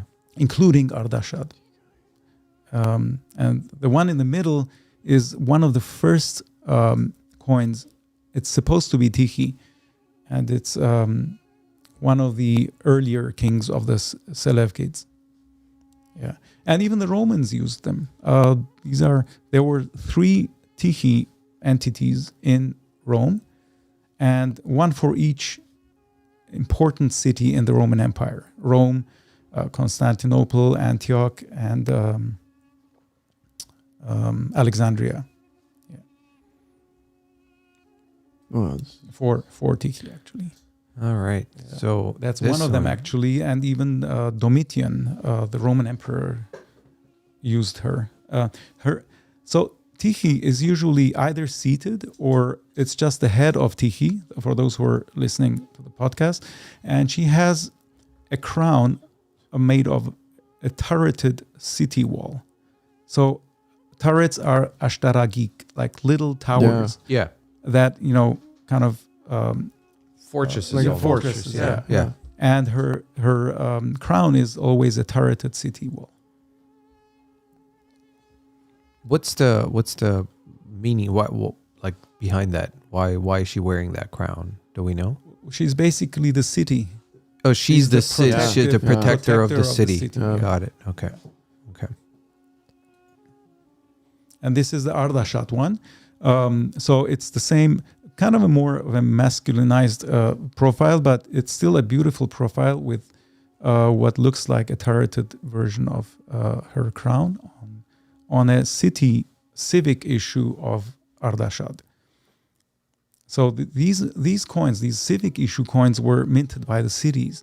They didn't have the emperors or the kings face. So it's or the basically head. to protect the city. Like that's the meaning behind it. Yeah, but they right? were also used more for like regular Daily trade. daily trading. Yeah. Got it. Yeah. Got Now, it. can I ask you a question as a collector and historian of these things? Now, if let's say somebody struck the coin a lot more perfectly in the roundness of it as opposed to if it was offset, does that change or mess with the value of said coin? Oh yeah. Yeah. Definitely. Yeah. The more centered the strike, the more value. It More contains, valuable. yeah. Okay. Also it has to do with damage. Like there's a little scrape on right behind her head, and that already takes away the Yeah. value. How much of the legend or the writing you can see? If you have almost full legend, that's like already tenfold the price. Really? Wow. Yeah. And if you see the mint mark, every city or mint had its little mint mark, or like even a like the sigil or designer. something like this, Sometimes the engraver had his little signature on there, Wow. and those are very expensive. You can actually see that detailed with certain things? Not certain more findings. on Armenian coins, but on Yeah. ancient Greek or Roman coins.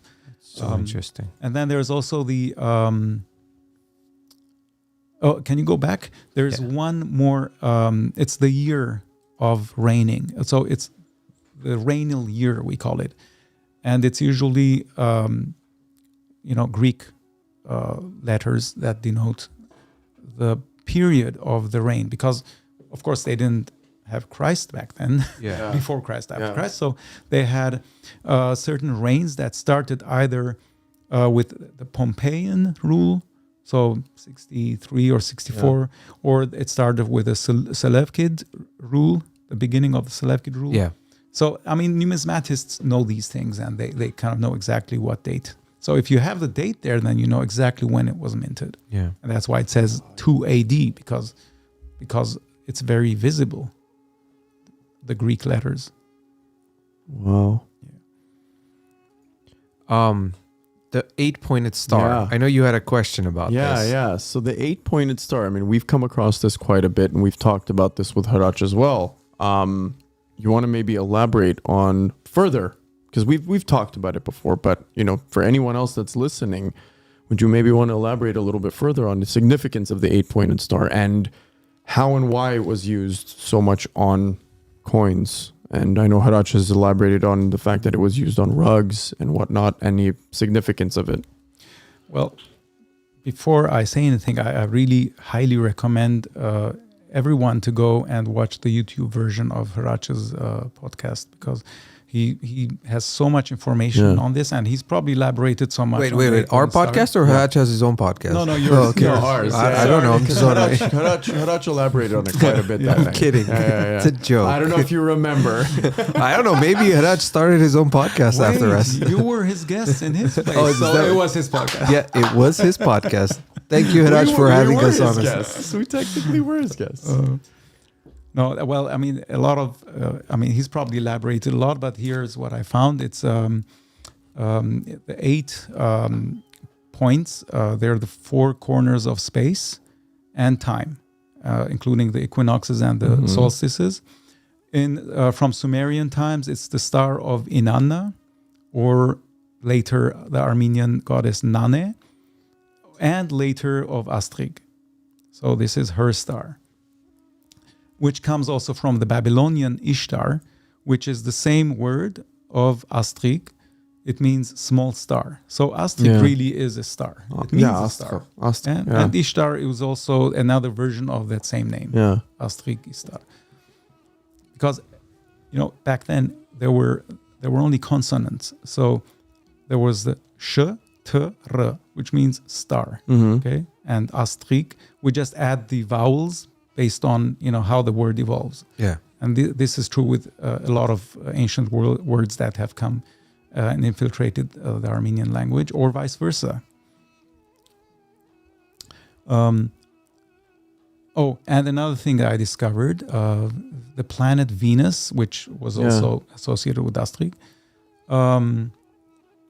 has an orbit of 8 years, apparently. Yeah, it's short. Yeah. Well, it has what is it? The second? I don't ask me. I don't know. I don't know. Well, yeah, we're getting into astronomy here. Yeah, not my expertise. All right.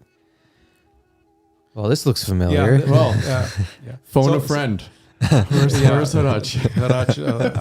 A lifeline. Yeah, I mean, look at that symbol. It's exactly the same symbol as on coins of Miletus. Yeah. And Miletus was a city that was founded by the Hittites and way before the Greeks. And of course, the Hittites, the main culture of the Hittites was Mitanni culture. And they were influenced with their symbolism from Mitanni. And I believe that this star comes from there on the Miletus coins. Yeah. Yep. These are like from 400 BC, and it's Western Asia Minor. 400 BC. Wow. I mean, It's the same design. Now again, we saw this like it's like everywhere. It's everywhere. everywhere. Yeah. You know. So and Harash mentioned something about Utsun. You know the whole Yes. Harutsun. Genau, and yeah. The 8-pointed star had such a that Continuity. That word, infinity. infinity because yeah. the number 8 obviously if you guys don't know and if you haven't watched it, you know, ut in English, which Armenian ut means number 8, which is the infinity sign, you know, so utsun. So when we say, you know, harutsun, you know, Yeah, a deep symbolism. yeah, so much involved in it. So Fascinating. and this is looking at the something that different versions. we're talking about that comes from more ancients, you know, thousands of years ago. Yeah, and we just see the tip of the iceberg. And all these That's meanings. really interesting. The Haley's comment. Yeah. On So a lot of references say that Dikran the Great had it on this, but so far I haven't seen any Dikran the Great coins with Halley's Comet. It's all his son, the traitor. You don't like him that much. No, Mike. no. That was a very sad story. You know, it's for such a with so much detail that we talked about. We had to talk about that much treachery within the family, right? Yeah. And all the theories that surrounded it. Now they may not be true, but at least he got one glorious son out of it, right? Yeah. But I mean, imagine. I mean, after all this, he gave him the honor of putting a comet on his crown rather than he could have taken the comet. Sure. And then he turns against him. Yeah. Right. Unfortunate. Guys, whoever's joining us live, please feel free to ask us any questions. Questions to Joseph. We'll answer them for you guys. Hope you guys are enjoying. Thank you again. We're we're about an hour 47 in, so I don't know if you got to go home soon, but you're good. You're good. All right. A little more, just a little more, a little bit more. All right. Okay. So another 8-pointed star. Yeah. So 8-pointed star. This is a depiction of Nane again from my orbit. The Pantheon of the Armenian Gods series. Yeah. So you said all these illustrations are available on that page you did. Okay. Yeah. Awesome. Did you do any colored pencil when you were younger? Mostly pastel. Pastels, yeah. Pastel, yeah. So the shape of the tiara, it's interesting that we have all these reliefs and that depict like crowns that look like our tiara from ancient times. And because I've always wondered where has the shape come from, and this is Orion, and from the Greek mythology. Yeah, which is of course our Haik. It's the same. And going back further, the Akkadian Uruanna, which means light of heaven. So these are gods that come from Babylonian times, and we see tiaras on their heads. I always we talk about this a lot. The whole hike, like, was he real? Was he just a mythological figure? Or because you look at, like you said, in this is the Greek mythology, which is we say ours is hike. So, but where did these come? Like, I don't know if you have the answer to that, but obviously we have hike with the arrow, or knob, knob, but that has to, which is here again. You're talking about the way the constellation is, which is again with the arrow and everything. But was there actually a hike, An individual. an individual that, because no one knows. Yeah, I believe there was a patriarch when the Armenian tribe moved away from Babylon, and they, one of the main chief god of Babylon is Bel or Baal. Yeah, Baal. Yeah. And so, maybe mythologically we see ourselves as rebelling against Bel, and that's where the hike story comes from. Yeah. Yeah. We touched on it briefly. Very briefly. Interesting. A few other, very old reliefs showing The Armenian tiaras. tiara. Yeah, you're right. It's seem to see it. The swimming god of Orontes. It's fascinating for me. I mean, the god Orontes, of course, the Orontes was a river, right, that fed Antioch. And when the Romans took Syria as a province, Antioch was their most important city after Alexandria. Egypt supplied all the grain or most of the grain to Rome. That's why after Augustus, he decreed that no general was allowed to visit Egypt or Alexandria except him. The emperor, it was his private ownership, Egypt. Whereas Syria was a base, like a province. And Antioch was always their headquarters to launch their invasions of Armenia or Parthia. So that was a very important city. And the Orontes just kind of came through it.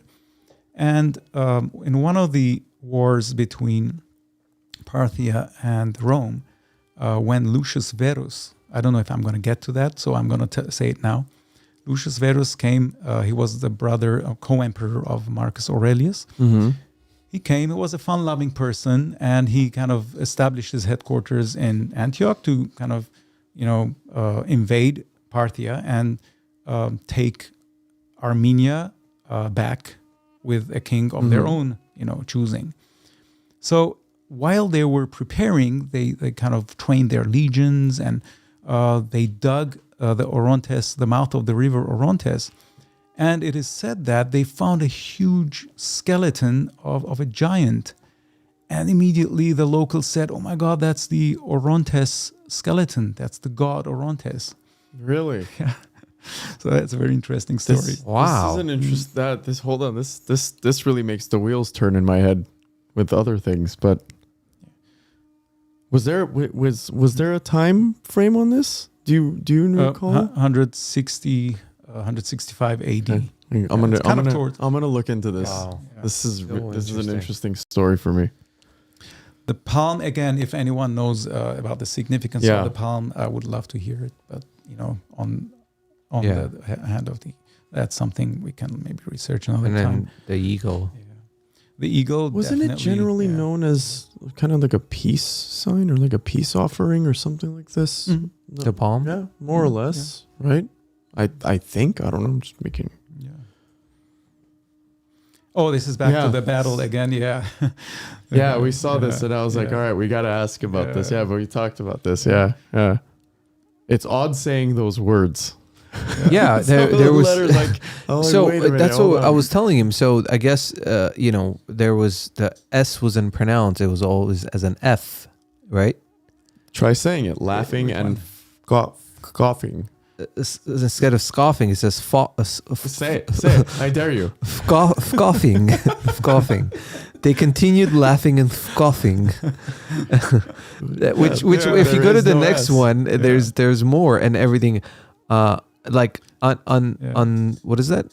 Sorry, my eyes can't. It was Taxiles. Yeah, Taxiles was his general, and he replied, "I would to God, O king, some such fortune may attend your soul, but surely travelers never put on their best clothes, nor use bright shields and naked headpieces." So the F was an S. It was. Yeah, but if you read it with an F, it's a Beth clothes, nor. From youth, like Well, I mean, listen, like if you look at Spanish, you know, look at when the way, like in Mexico, they speak Spanish, or if you look at Spanish in Spain, with the S. with the S, you know, Or it's like Z. yeah, I think it's it was like with a Z. yeah, España, like it's like But believe me, even this is an S. even you know, it's funny if you go south, if you go to Ecuador or Peru, and that they speak the Spanish way versus the Mexican Spanish. So it's so interesting, like that.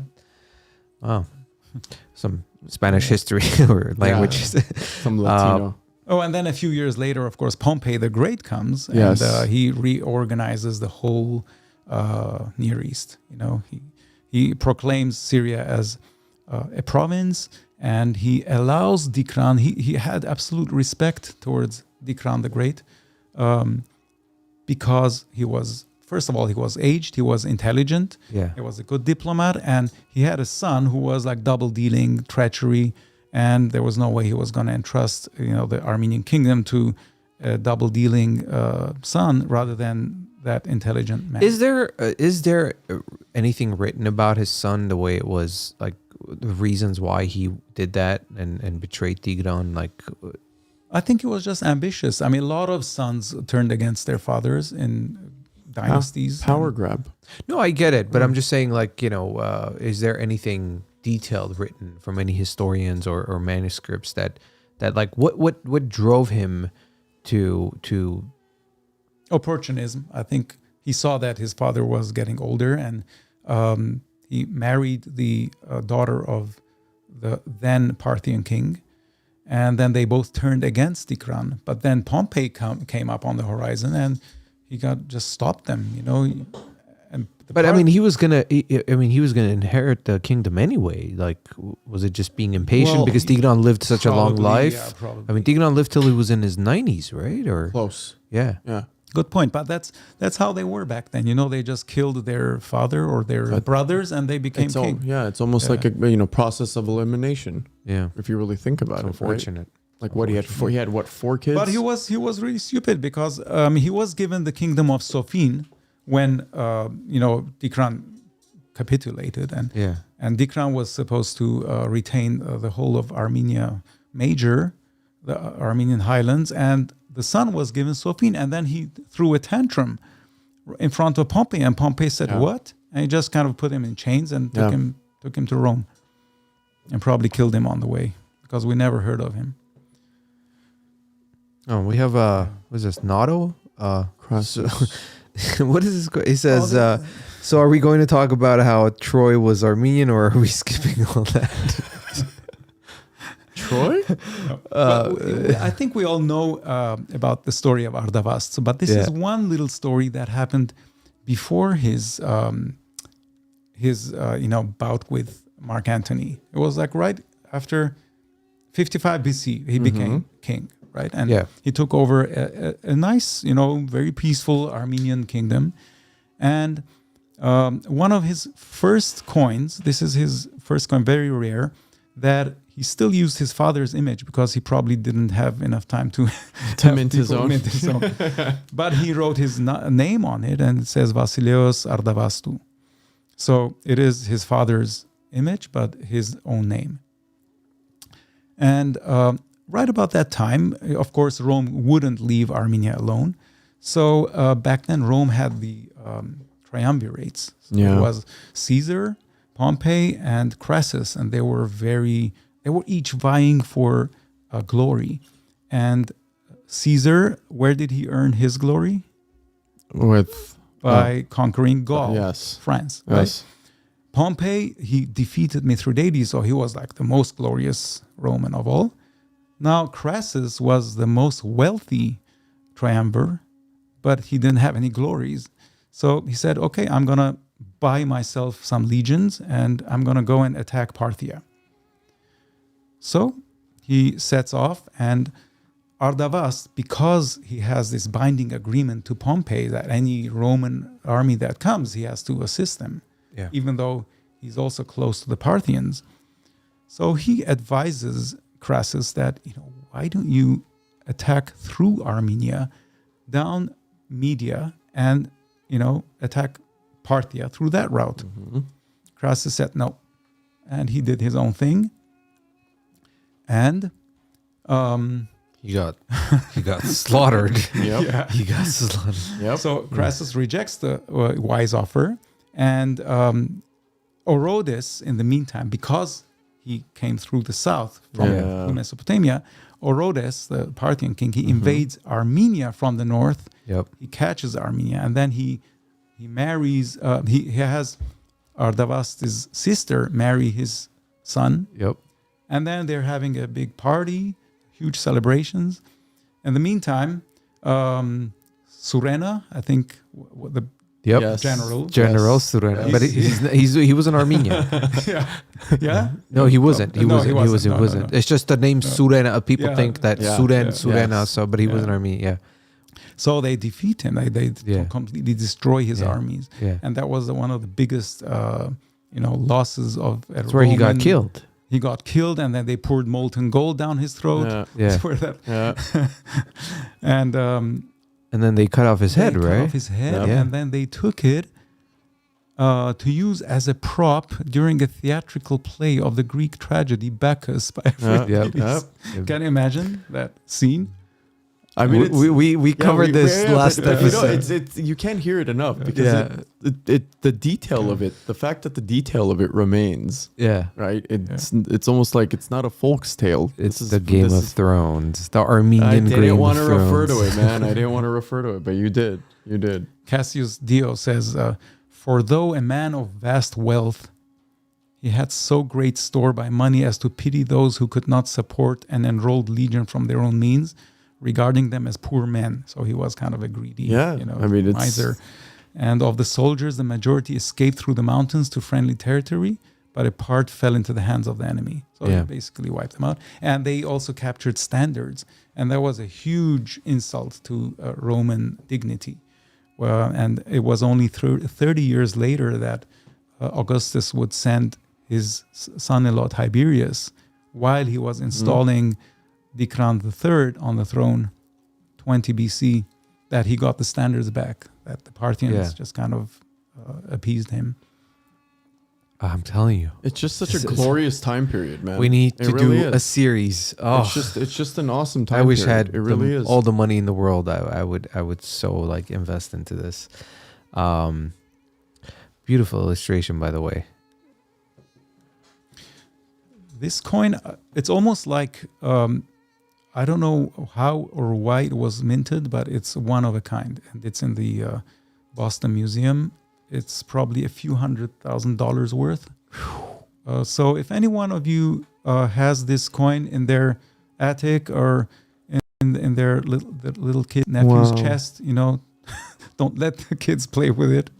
Now, the funny thing is that there was somebody who mentioned, a listener right now, that said that I think they're from Boston. They said that there is this coin at some museum in Boston, right? There's an Armenian museum or some kind of... No, it's not Armenian. It's not Armenian? I Okay, think it's the sorry. Boston Yeah. Metropolitan Yeah, Museum. they said that there's one. this coin. Yeah. It's That- this that- one. It's exactly Okay. this one, yeah. Wow. Because there's only one of these. Why only one? Like, what was so significant about it? Like the way it was just minted? Is it because of the clarity of it, or? It's the only one in existence because it may have been minted just to glorify, or I don't think it was minted in large quantities. And if they were probably just over the ages, they were looted and just melted down. That's why we don't have that many Armenian coins anymore. So unfortunate.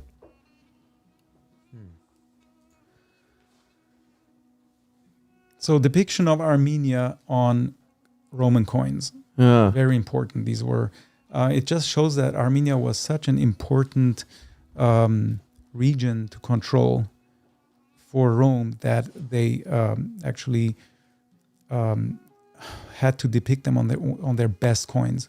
If they got Armenia on their side, it was a great gain, because you couldn't conquer Armenia back. You couldn't really wage war. Maybe you could just kind of reach their capital and loot them, but you couldn't maintain. No. And that's why Rome never, ever vanquished Armenia and never turned it into a province, because they couldn't maintain it. And if you invaded Armenia, you better make sure that you're out of there before the winter, because the terrain was so tough that's why Mark Antony got so upset, because he blundered and he lingered. He lost about like 60,000 men just by. Well, that was on his own thing. It was a poor but decision. just on the his retreat through Armenia in winter just decimated his. Yes. Yeah, but I mean, you know, And that's something that has always played out to our advantage because of the mountainous area. his own arrogance did that because he didn't listen. Exactly. It's just like Crassus. Yeah, Yeah. both of them. I mean, and the funny thing, this is after Crosses, and he didn't listen. He didn't learn. It's like, you know. And also the predicament of Armenia, like when Artavasdes is faced, fighting the Parthians versus fighting the Rome, he can't fight both. Juggle the both, Like, Yeah. It's like a split thing, because the Parthians are right next door. What happens if you're assisting the Romans and then the Parthians just retaliate there's a right after balance. the Romans just move back, to their provinces. Of course. Yeah. So There we go. Another. yeah, this is a very rare coin, and it's showing Nike or victory, taming or slaughtering a bull. So it's just like the Mithraic imagery of Mithra slaying the bull. And of course, they used it probably just to symbolize the taking of Armenia, but without a battle. But it's called Armenia Capta, but it is a boastful claim. And it's not capta true. as in capture. Yeah. Yeah, exactly. But it's just to give Augustus a glory, because when Augustus sent Tigranes the third and put him on the throne, and he got his standards back from the Parthian king, it was a huge glory for him. And that's why he minted these coins. Wow. And these are gold, right? Yeah, that's gold, yeah. So it wasn't subdued, but it was just acquired. Armenia was just acquired. Wow. This was sold for $56,000 detail on the wings. 2010. The detail on the wings is incredible. It's amazing. Beautiful. And this was Tigranes the Great. Tigranes the third, yeah. That Tiberius, when he was the son-in-law of Augustus, brought him over with a great pomp and a huge army to install him to replace Artashesian II, who had ruled between 30 and 20 BC after their father had been treacherously killed in Alexandria, Artavasdes' two sons. This son had gone to Rome and had been raised in Rome. Artashesian had escaped to Parthia after Artavasdes was captured. Yeah. And it's sad to say that there's always a portion of the nobility who was pro-Roman, and the eastern portion of the nobility was pro-Parthian. So the pro-Roman nobility, won. They assassinated Artashesian II, and they asked Augustus to bring Tigranes III back on their throne. That nobility. And That nobility, man. I'm not kidding. I always picture those. They must have had quite a bit of political and I feel power, like they were always elderly, like the nobles, I mean, the elder kind of, how you saw the senators in Rome, they were always the ones backstabbing one another, like older men, like in their 70s or something. Like when we talk about the nobles, that's what I picture, is like these wealthy politicians who have... They were the feudal lords. Yeah. They were the feudal lords. They had their own armies. We see that now. It's amazing. And by the way, they provided the cavalry to the army. Yeah. That's why they were so strong. Anybody like a refill? Oh, I'm good. All right. So here we see Tigranes the Fourth and Erato. Now the coins, I think there was a thing about the coin, right, where it talked about on the coin. I don't know if it's this one, but where it mentioned Tigranes. Was it Tigranes the Great brother, or was it Queen Oh, Irato, no. sister sister of Tigran the Fourth. the fourth. Yeah, one of them mentioned something on the inscription. That's how so they figured out that they were brother Yeah, and that they were brother and sister. Yeah. Yeah, and you can make out a faint outline of her profile behind Dikran the Fourth. Right there, Yeah. yeah. Now we have a one of our audience members saying Rome also tried to cheat Armenia by making silver gold mixed coins and labeling it as gold. I think it's called Electrum coins, or was it something else? Do you know anything about that? Electrum was that alloy that was found in Lydia, and that's the alloy. You mentioned it the earlier. natural alloy before they learned how to separate silver and gold. But I haven't heard that version of cheating. Yeah, this is Nato asking the question. I don't think they needed to cheat anyone. They were so powerful. Yeah. Well, But you this never is the know. only coin that has the mountain Ararat on their coin, and it's just very symbolic because Ararat is so visible from Ardashad.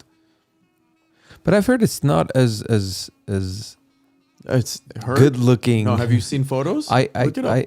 I've never wanted to, honestly. Seriously, it's the images that you see online, at least from the Turkish side.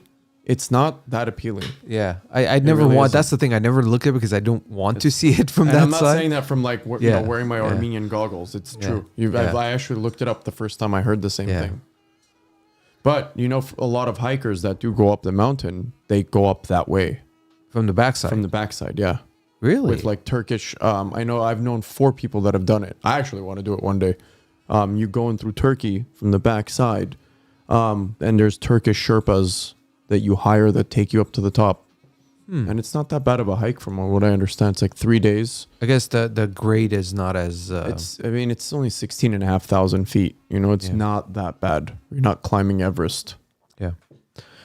All right. This So is we're just going into more of. just an example of how so many foreign kings have ruled over Armenia, especially after the Ardashad kingdom was over. A lot of them were very loved and successful. Not this one. This one was a Parthian prince that had grown up in Rome. And when the Parthian king died, the Parthians, I don't know why, they asked Rome to provide them a king. Maybe they knew that some of the Parthian princes were in Rome. So they sent Vonones. So Vonones came, and a lot of the Parthian nobles thought that, he's just a Roman stooge. And immediately they just deposed him. And so Vonones asked, Rome, can I just rule over Armenia since I'm not loved in Parthia? And said, okay, sure. So at that time, Dikran V was deposed. Yeah. And he took the place of Dikran V. So he was the first Parthian king, or Arsakid king. Yeah. But he's not considered the founding Arsakid king. That's Dirtat the first. Yeah. And in Armenia, he ruled for 2 years, apparently. But then in the meantime, Ardavanos, you see this coin is a coin of Vonones. And then it says, the legend says that Vasilios Ononis Nikisas Ardavanu. So I won over Ardabanos. I defeated Ardabanos. So this is like a commemorative thing. Yeah, but he didn't really defeat him. He was thrown out. So it was like wishful thinking. That's what it was. Propaganda. Propaganda. Completely propaganda. I won. Are you kidding me? Like on a coin? But the funny thing is Ardabanos then made the Roman emperor actually take him further away from. He said, please take Vonones as far away as possible from Parthia. And Armenia was not even good enough. So, Tiberius was emperor then, and he said, okay, why don't you go to Cilicia? So he went further into Cilicia, and that wasn't enough. And eventually they just assassinated him in Cilicia. It was like enough already. As far away from Parthia. Yeah. But then, Tiberius sent the next slide, I think would be Germanicus. Now, this is one person who would have been an excellent emperor. And he loved Armenia. He put Artaxerxes III on the throne. He was sent by Tiberius to install Artashes III. And he had a little bit of Armenian blood, but he wasn't really Armenian, but he loved the Armenian culture.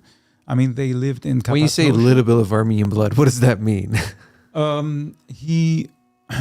I mean, Germans are down- known to yeah. have, there's that theory that Germans and Armenians almost were All kind the of like Aryan- this, or the Aryan Aryan Not, from the bloodline. not same in tribe. that sense. It was No. through marriages. Through marriages, Through, like okay. royalty marriages. Okay. Yeah. And I mean, the family tree is in there somewhere. But this is one coin that was also minted by Rome. It's a Roman provincial coin commemorating the installment of Artashes by Tiberius. I have to say, color-wise, it aged well. That I Yeah, love the top one, the beautiful green. coin. Yeah. I love that. And that Germanicus green was amazing. oxidation. He was the grandson of Mark Antony, and Artashes was the first great-grandson of Mark Antony.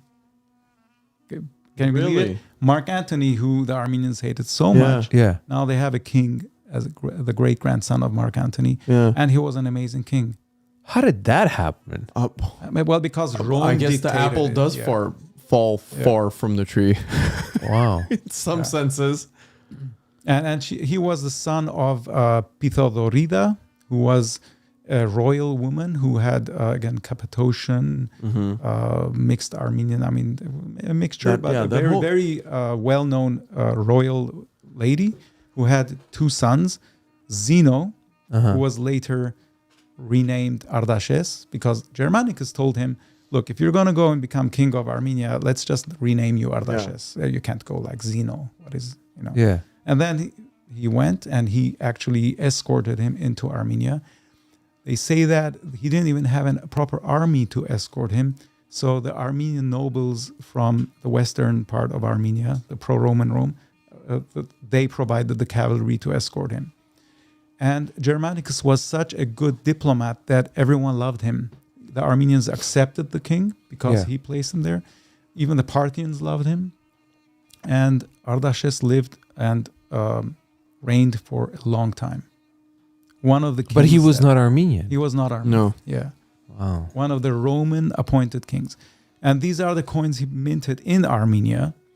The horse and the tiara with the 8-pointed star. Again. And it says, Theis Sevastis Gesari ke Julia. So he's honoring Caesar, Tiberius Caesar, and Julia. And on the other side, he's honoring his biological father, which was Polemon I of Pontus, and Pythodorus, the mother. Yeah. Yeah. And you can get it's lost in this family tree of this person had like married that person. It's unbelievable. I'm still Yeah. You're still baffled. tripping about the Anthony thing. Well, no. I'm still like wrapping my mind around how much information finding a coin or unearthing one of these Yeah. leads to. Right? The questions you start asking, the digging you start doing, The history behind the finding it. Yeah. out and start tying things together and connecting dots. Yeah.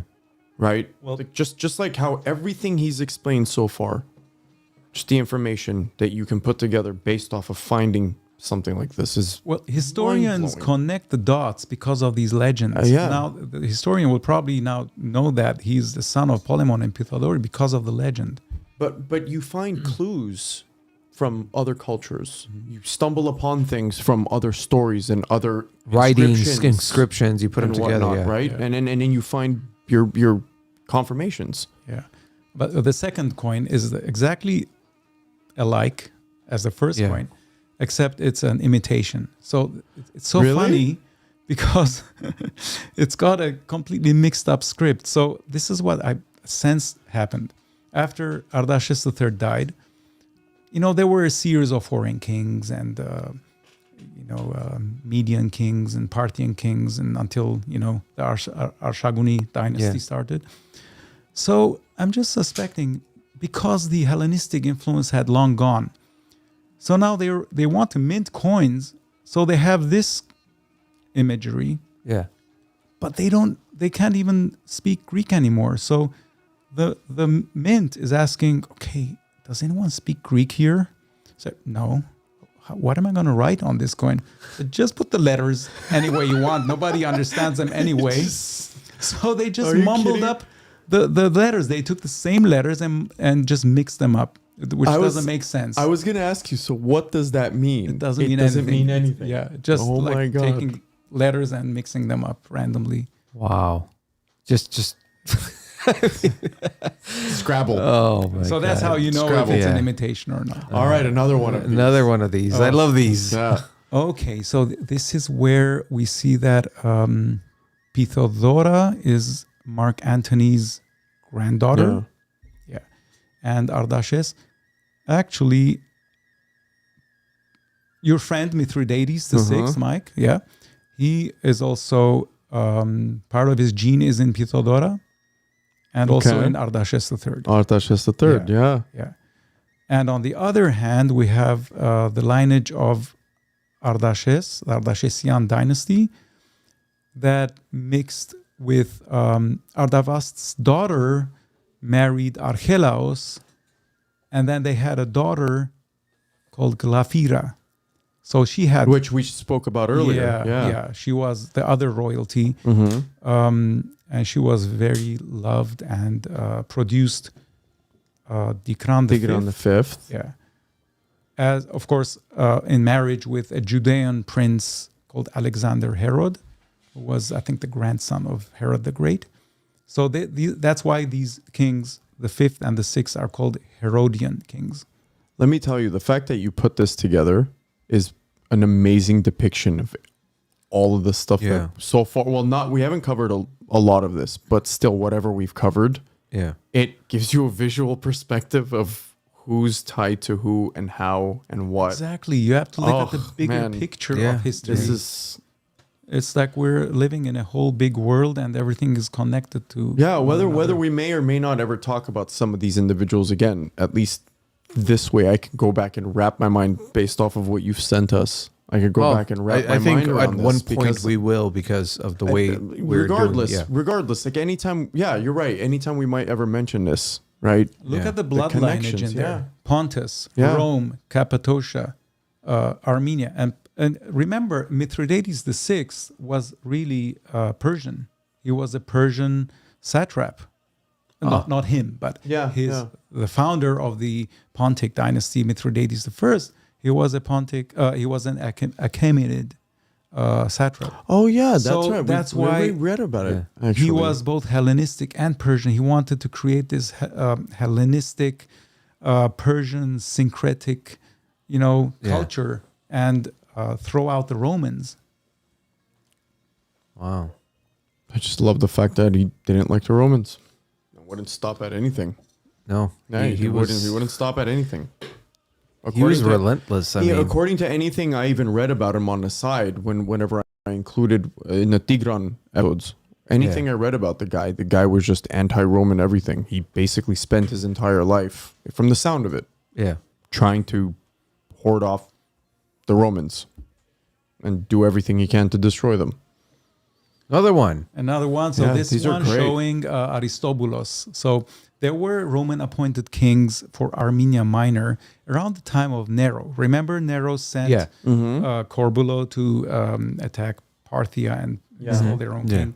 So he before the war, he installed certain key figures to assist Rome, and one of them was Aristobulus, which was again a Herodian, a Judean Herodian king, and he married Salome. So who is Salome? Salome is that biblical little young sexy girl who danced in front of his uncle, and in return the uncle was so taken by her that he said, name anything you want and I'll give it to you. And Salome's mother said, hey, ask for John the Baptist's head. And then he complied. Boom. And he had John's head cut off just because of that dance of Salome. And now Salome is the queen of Armenia Minor. Years later, of course. You're kidding me. Wow. You're kidding me. So Salome's mother was Herodias. So this was a biblical I didn't know story. that. Yeah. And it all started from Herodias, Salome's mother, marrying a cousin or an uncle of hers. Yeah. An uncle of hers. At first, she had married one uncle, and then she married another uncle by divorcing the first uncle. So John the Baptist said, this is against our religious rules. You can't do that. Herod. And then the king, of course, arrested him, but he wouldn't execute him until Salome did her dance. Wow. And then he was executed. What a story, huh? Man. I have no words. This is a famous painting of Salome dancing in front of Herod Antipas, her uncle.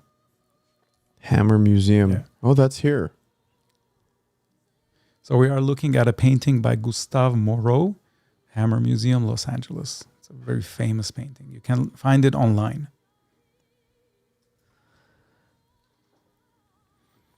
And this is the head of John the Baptist. He would probably have lived if Salome just wouldn't have danced. Just for a dance. Wow. Roman Parthian War. Anytime you guys are... It's sad looking at these maps.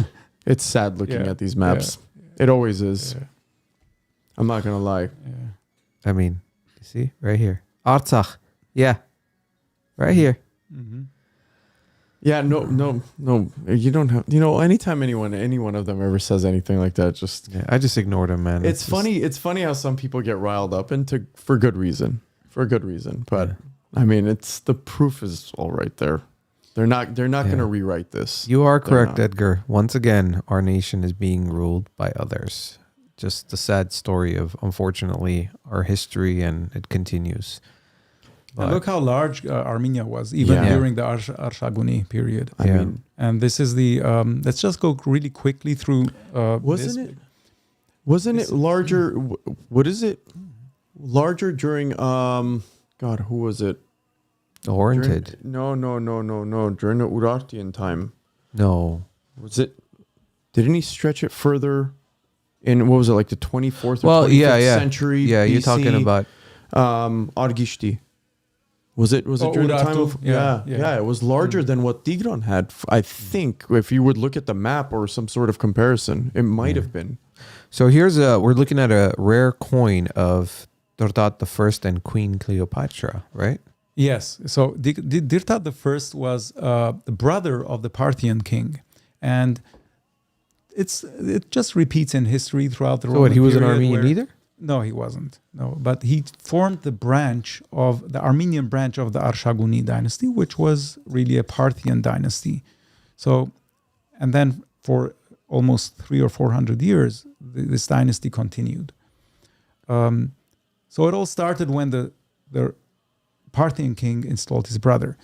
Nero, we know Nero, that you also mentioned that he was a psychopath, right? He was a narcissist. I mean, more or less. Most of them were, but he also was, But funny enough, historians... Do you know anything about that, by the way? I have to ask you. Sorry to cut you off. Did he exiled his mother, right? Or that's what we've been told, according to narrative, because of something. What was the deal with that? His mom was supposed to... Yeah, well, I'm not sure. I think it was some story about like his mother. I don't know. He either had his mother killed or he exiled his mother. Had her killed. Yeah, or had his something like this. Yeah. But before all that, he there's a historian called Guzman, and he has an article called Rex Armeni Status, Nero, Parthian, and the Armenian Question. He says that he claims that all the steps that Nero took regarding Armenia were correct, strategic, and diplomatic steps. And he took all the right decisions, including sending Corbulo. He was a very able general. He sent him off. Corbulo negotiated. They kind of deposed Tiridates. They had a little war, some skirmishes, but again, they never could launch an outright war over Against Armenia because Armenia. it would be very devastating. Yeah. They probably would win, but they would be devastated. So then they installed Tigranes the Sixth, which you saw in that little family tree. Yeah. So Tigranes the Sixth, he gets the name of his ancestor, Tigranes the Great, and all is well, and Parthia is kind of, pacified. All of a sudden, Tigranes the Sixth decides, I have some Roman legions in under my hand. Let's just attack Adiabene. So he invades Adiabene, which was a ally of Parthia. And then the Parthian king and Tiridates, they decide, okay, this is too much. They invade again. So another war starts. So now Nero is, oh my God, there we go again. So now he sends another general to counter this threat. In the meantime, Corbulo is in Antioch, and he wants to save Antioch because the Parthians are also coming in that direction. So he doesn't go to the aid of that other general who is not as good as him. And then the other general, his name is Paetus, I think. Paetus, yeah. So he just goes straight on, and he is devastated. He's like completely wiped out at the Battle of Randia in 62 AD. And it was, his legions were decimated. They capitulated. They weren't wiped out completely. Yeah. So look at this humiliating defeat. So the Romans had to leave Armenia and surrender all forts they held. But they also agreed to build a bridge over the nearby Arsanias River, or Arazani River, over which Vologases would pass in triumph sitting atop an elephant. So the Roman soldiers had to build a bridge over which Vologases... look at that, the sarcasm. Talk about insult to injury. Yeah, so I was just going to say that. Wow. So the Roman army was liberally plundered by the Armenians, who took even the Romans' weapons and clothes. Still worse, according to rumors by the historian Tacitus, the Romans were made to pass under the yoke. Basically, that's like you have every soldier pass under a raised sword, to signify, like, I'm not killing you, but you're under my yoke. Yeah. It's and that's like the ultimate insult. Yeah. So when Corbulo goes and rescues Paetus, it's all done already. And so the capitulation is over, and the whole army is like completely demoralized, and they just kind of take the army back to Antioch. Just kind of, you sit here, you're not allowed to fight anymore.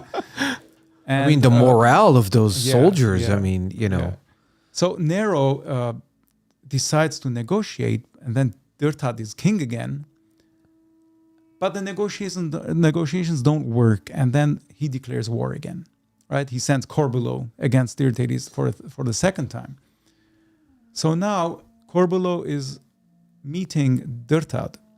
He decides not to fight because fighting in Armenia is devastating, as we know. Yeah. This is what Dirtat does. He doesn't want a war either. I mean, it's devastating for both sides.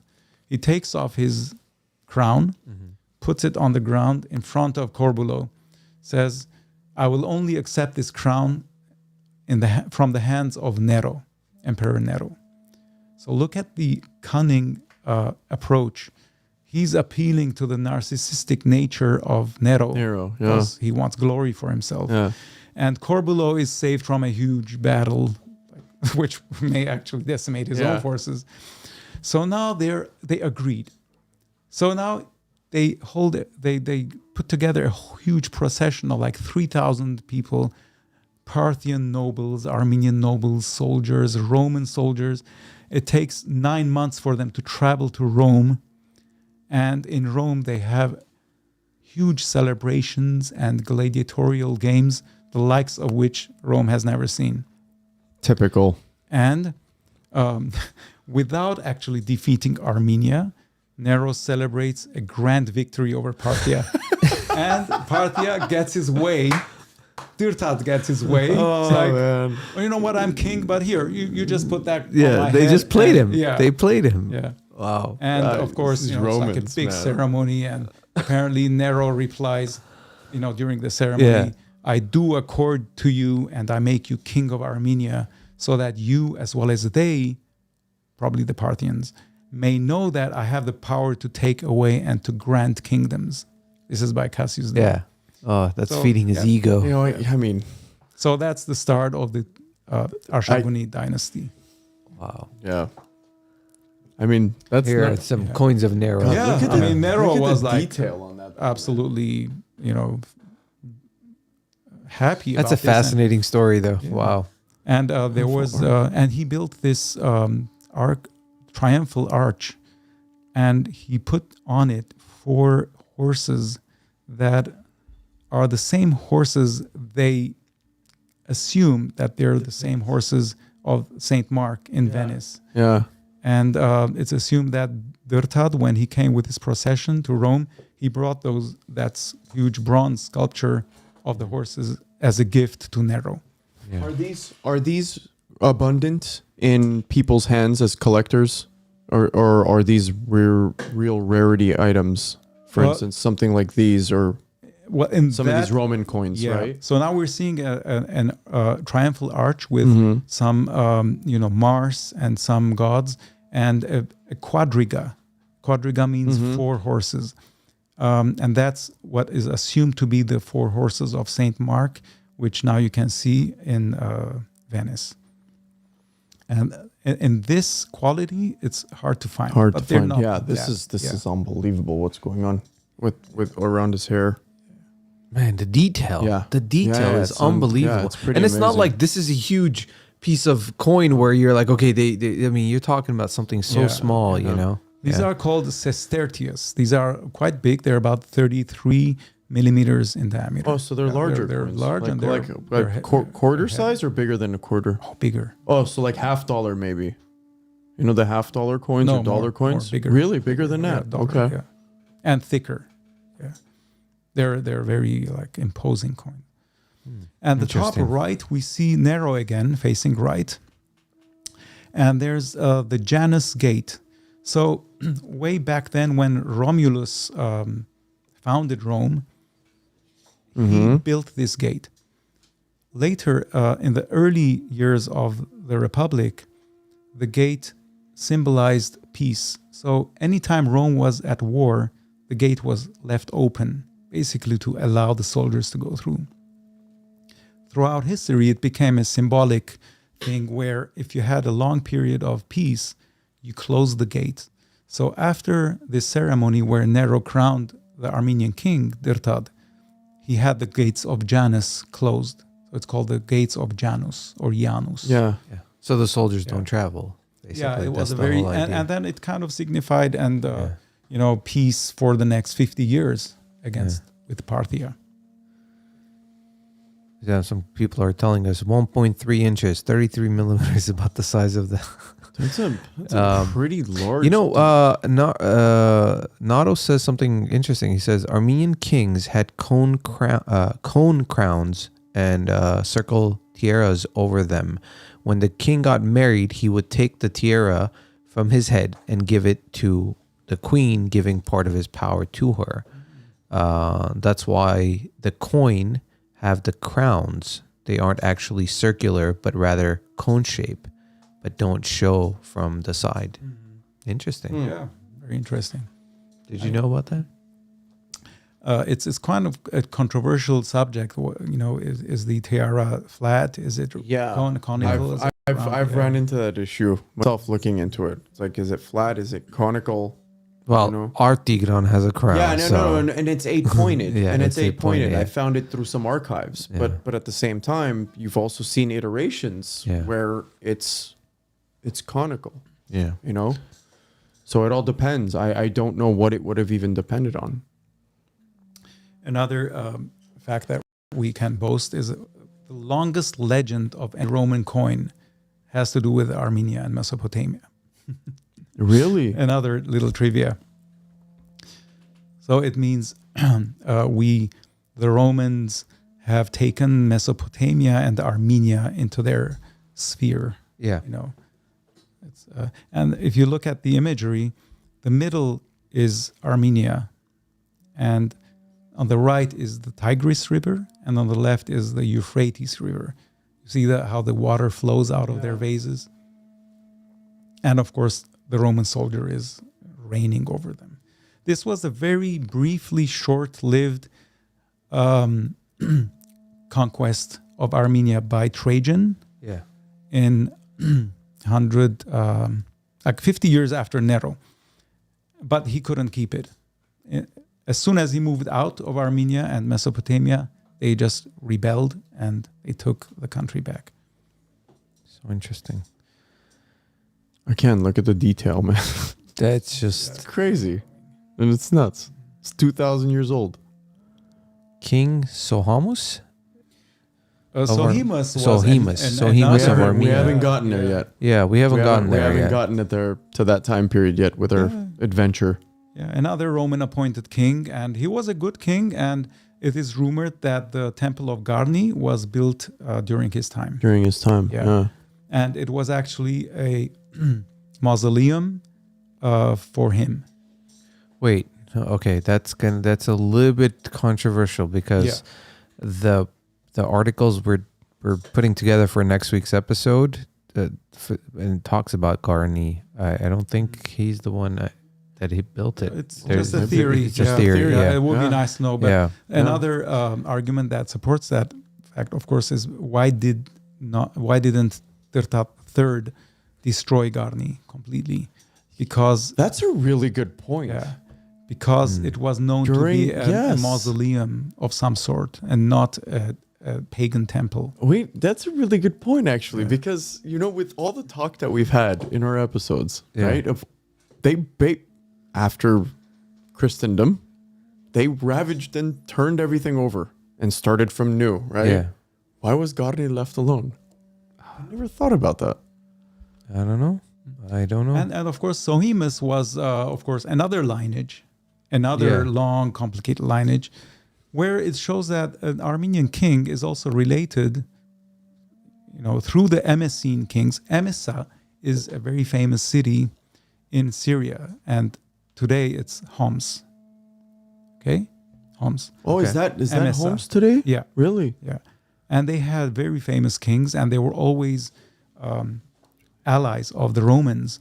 And so their lineage created 4 emperors. They were Emessene emperors, actually half Arab, or if you call them Arab. Geta, Caracalla, Elagabalus, and Severus Alexander.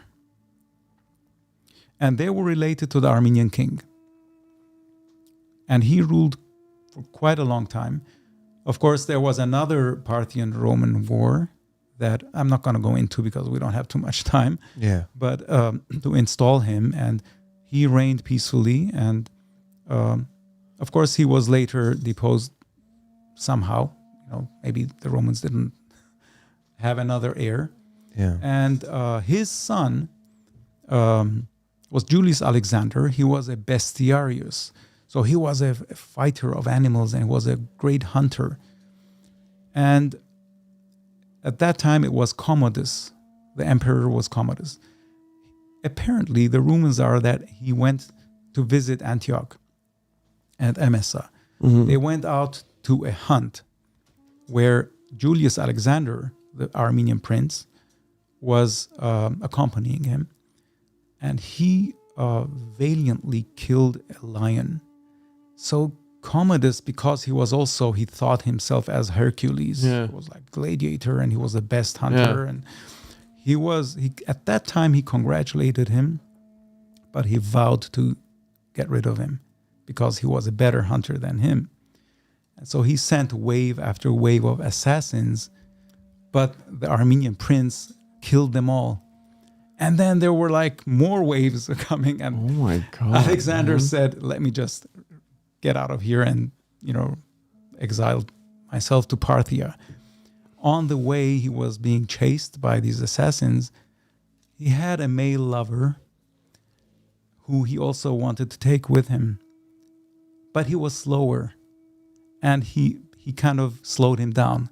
Before he reached the Euphrates, they were caught, and Alexander killed his lover and himself. So rather than give themselves up. Oh my God. Oh. This is something I want to. How a snake triggered war. Well, surrounding the kingship of Sohemus, when the Parthians again installed their own king on Armenia, the Roman garrison of Cappadocia was a Roman who followed the cult of Abonidus. He was like a man who had invented this cult of the snake, who foretold, the future, and he consulted with him. Kind of like This governor of Cappadocia consulted with this man, and he did some hocus pocus in the name of the snake, and he claimed that the snake predicts that you're going to win this war. so like an oracle. Yeah. This was a common practice back then. He had a special way of spoke to oracles and whatnot. It was a cult in those, first centuries, second centuries AD. So it was called Glycon. Okay, it was a python basically. Yeah, it's And, the way he hissed. Yeah. So Abonidus, of course, foretold he was going to win. Of course, he didn't win. He was badly beaten. Yeah. And that sparked another Roman-Parthian war, and we don't have to get into but that's the war that also reinstalled Sohemus back to the Armenian throne. But the interesting thing is, this snake is also called a python or a python. The word python comes from the Greek python, which means to rot. So, what is the Armenian word for rot? Patats. Patats, yeah. Patil, python. Python, yeah. Same word. Sounds very similar. Oh. Yeah. Almost the same. Yeah. Well, originally the Apollo killed the python, and he put him in the oracle, in Delphi, and apparently there was this rotten smell from the decomposing body of the python coming out of the rocks. Yeah. Of the at Delphi. Oh yeah, that's right. Wasn't there a? I mean, I haven't looked into this, but I've read about this before. There's a giant snake skeleton or something like this in Delphi. Or something like this. I don't know. I don't probably Yeah, did find something it. like. Just like the it was built out of stone. It wasn't a real skeleton. Yeah. It was some sort of sculpture or something like this that was built out of stone. No, we're getting more into the Roman. Yeah. Well, which leads us to one of the most prized, gold coins from Lucius Verus. That was kind of surrounding that war, that last war of 163 AD. Marcus Aurelius, Lucius Verus. They gave themselves the title of Armeniacus because they took Armenia back by installing their own king, Sohemus. These are the most prized and beautiful coins of Lucius Verus, who was, as I said before, who dug up the entrance of the Orontes River and found those skeletons. And he of course, he himself never went into Armenia. His able generals went, and they're credited to winning the war. He was just having fun and training the legions. And You go do this. Yeah. And then, Marcus Aurelius, which was one of the really good emperors. Yeah, of course. And he also got the title for it. Yeah. And, God, this is a interesting story. I don't know if I'm really... Do you want to go into it or very quickly? Very quickly. We're close to 3 hours. I know you gotta go too. So, but you want to talk about this real quick, and then we'll kind of end it here. Or I want to, because this is a very popular work by Daniel Varoujan. Yeah. Okay? And as you know, Daniel Varoujan was he was very inclined to our valiant past, our pagan, history. And he wrote this little poem or like story that we read in the Melkonian. Okay. but I never made the connection. And now, after reading history, this is what happened. There was a prince called Durtad, not the Durtads that we know, some other prince Durtad. He married the daughter, the princess of Sohemus. But he was a brute. He was a wife beater. He abused her. He was lowly, and the princess didn't like his lowly nature. And one day he beat her so badly, he dragged her by her hair outside. But then he realized that the king will find out and he's probably going to be beheaded. So he escaped. He went all the way from Western Armenia, where he was situated, to Eastern, to Syunik, where he was accepted as a guest at a banquet at the palace of a prince Pagor. At that banquet, of course, his nature, he started courting and and flirting with one of his concubines, a dancing girl, which means harj. Harj in Armenian is concubine. And so a little fight ensued where the host said, "Okay, stay away from my concubine." He said, "No," and he kind of flared up in passion, had a tantrum, and hurled something at him. I think he cut off his ear, and at least in the story. But there was a fight, and then he escaped. But in the story, he actually abducts the woman, and he escapes. But of course, in the real story, he doesn't. He just escapes back to Western Armenia. After Sohemus maybe he forgives him, he becomes the prince of another northerly province. And he kills a tribal king of a neighboring state, which is a Roman ally. So now the area governor of the Romans, he calls him and he says, what's up? What's happening with you? I mean, why are you doing these things?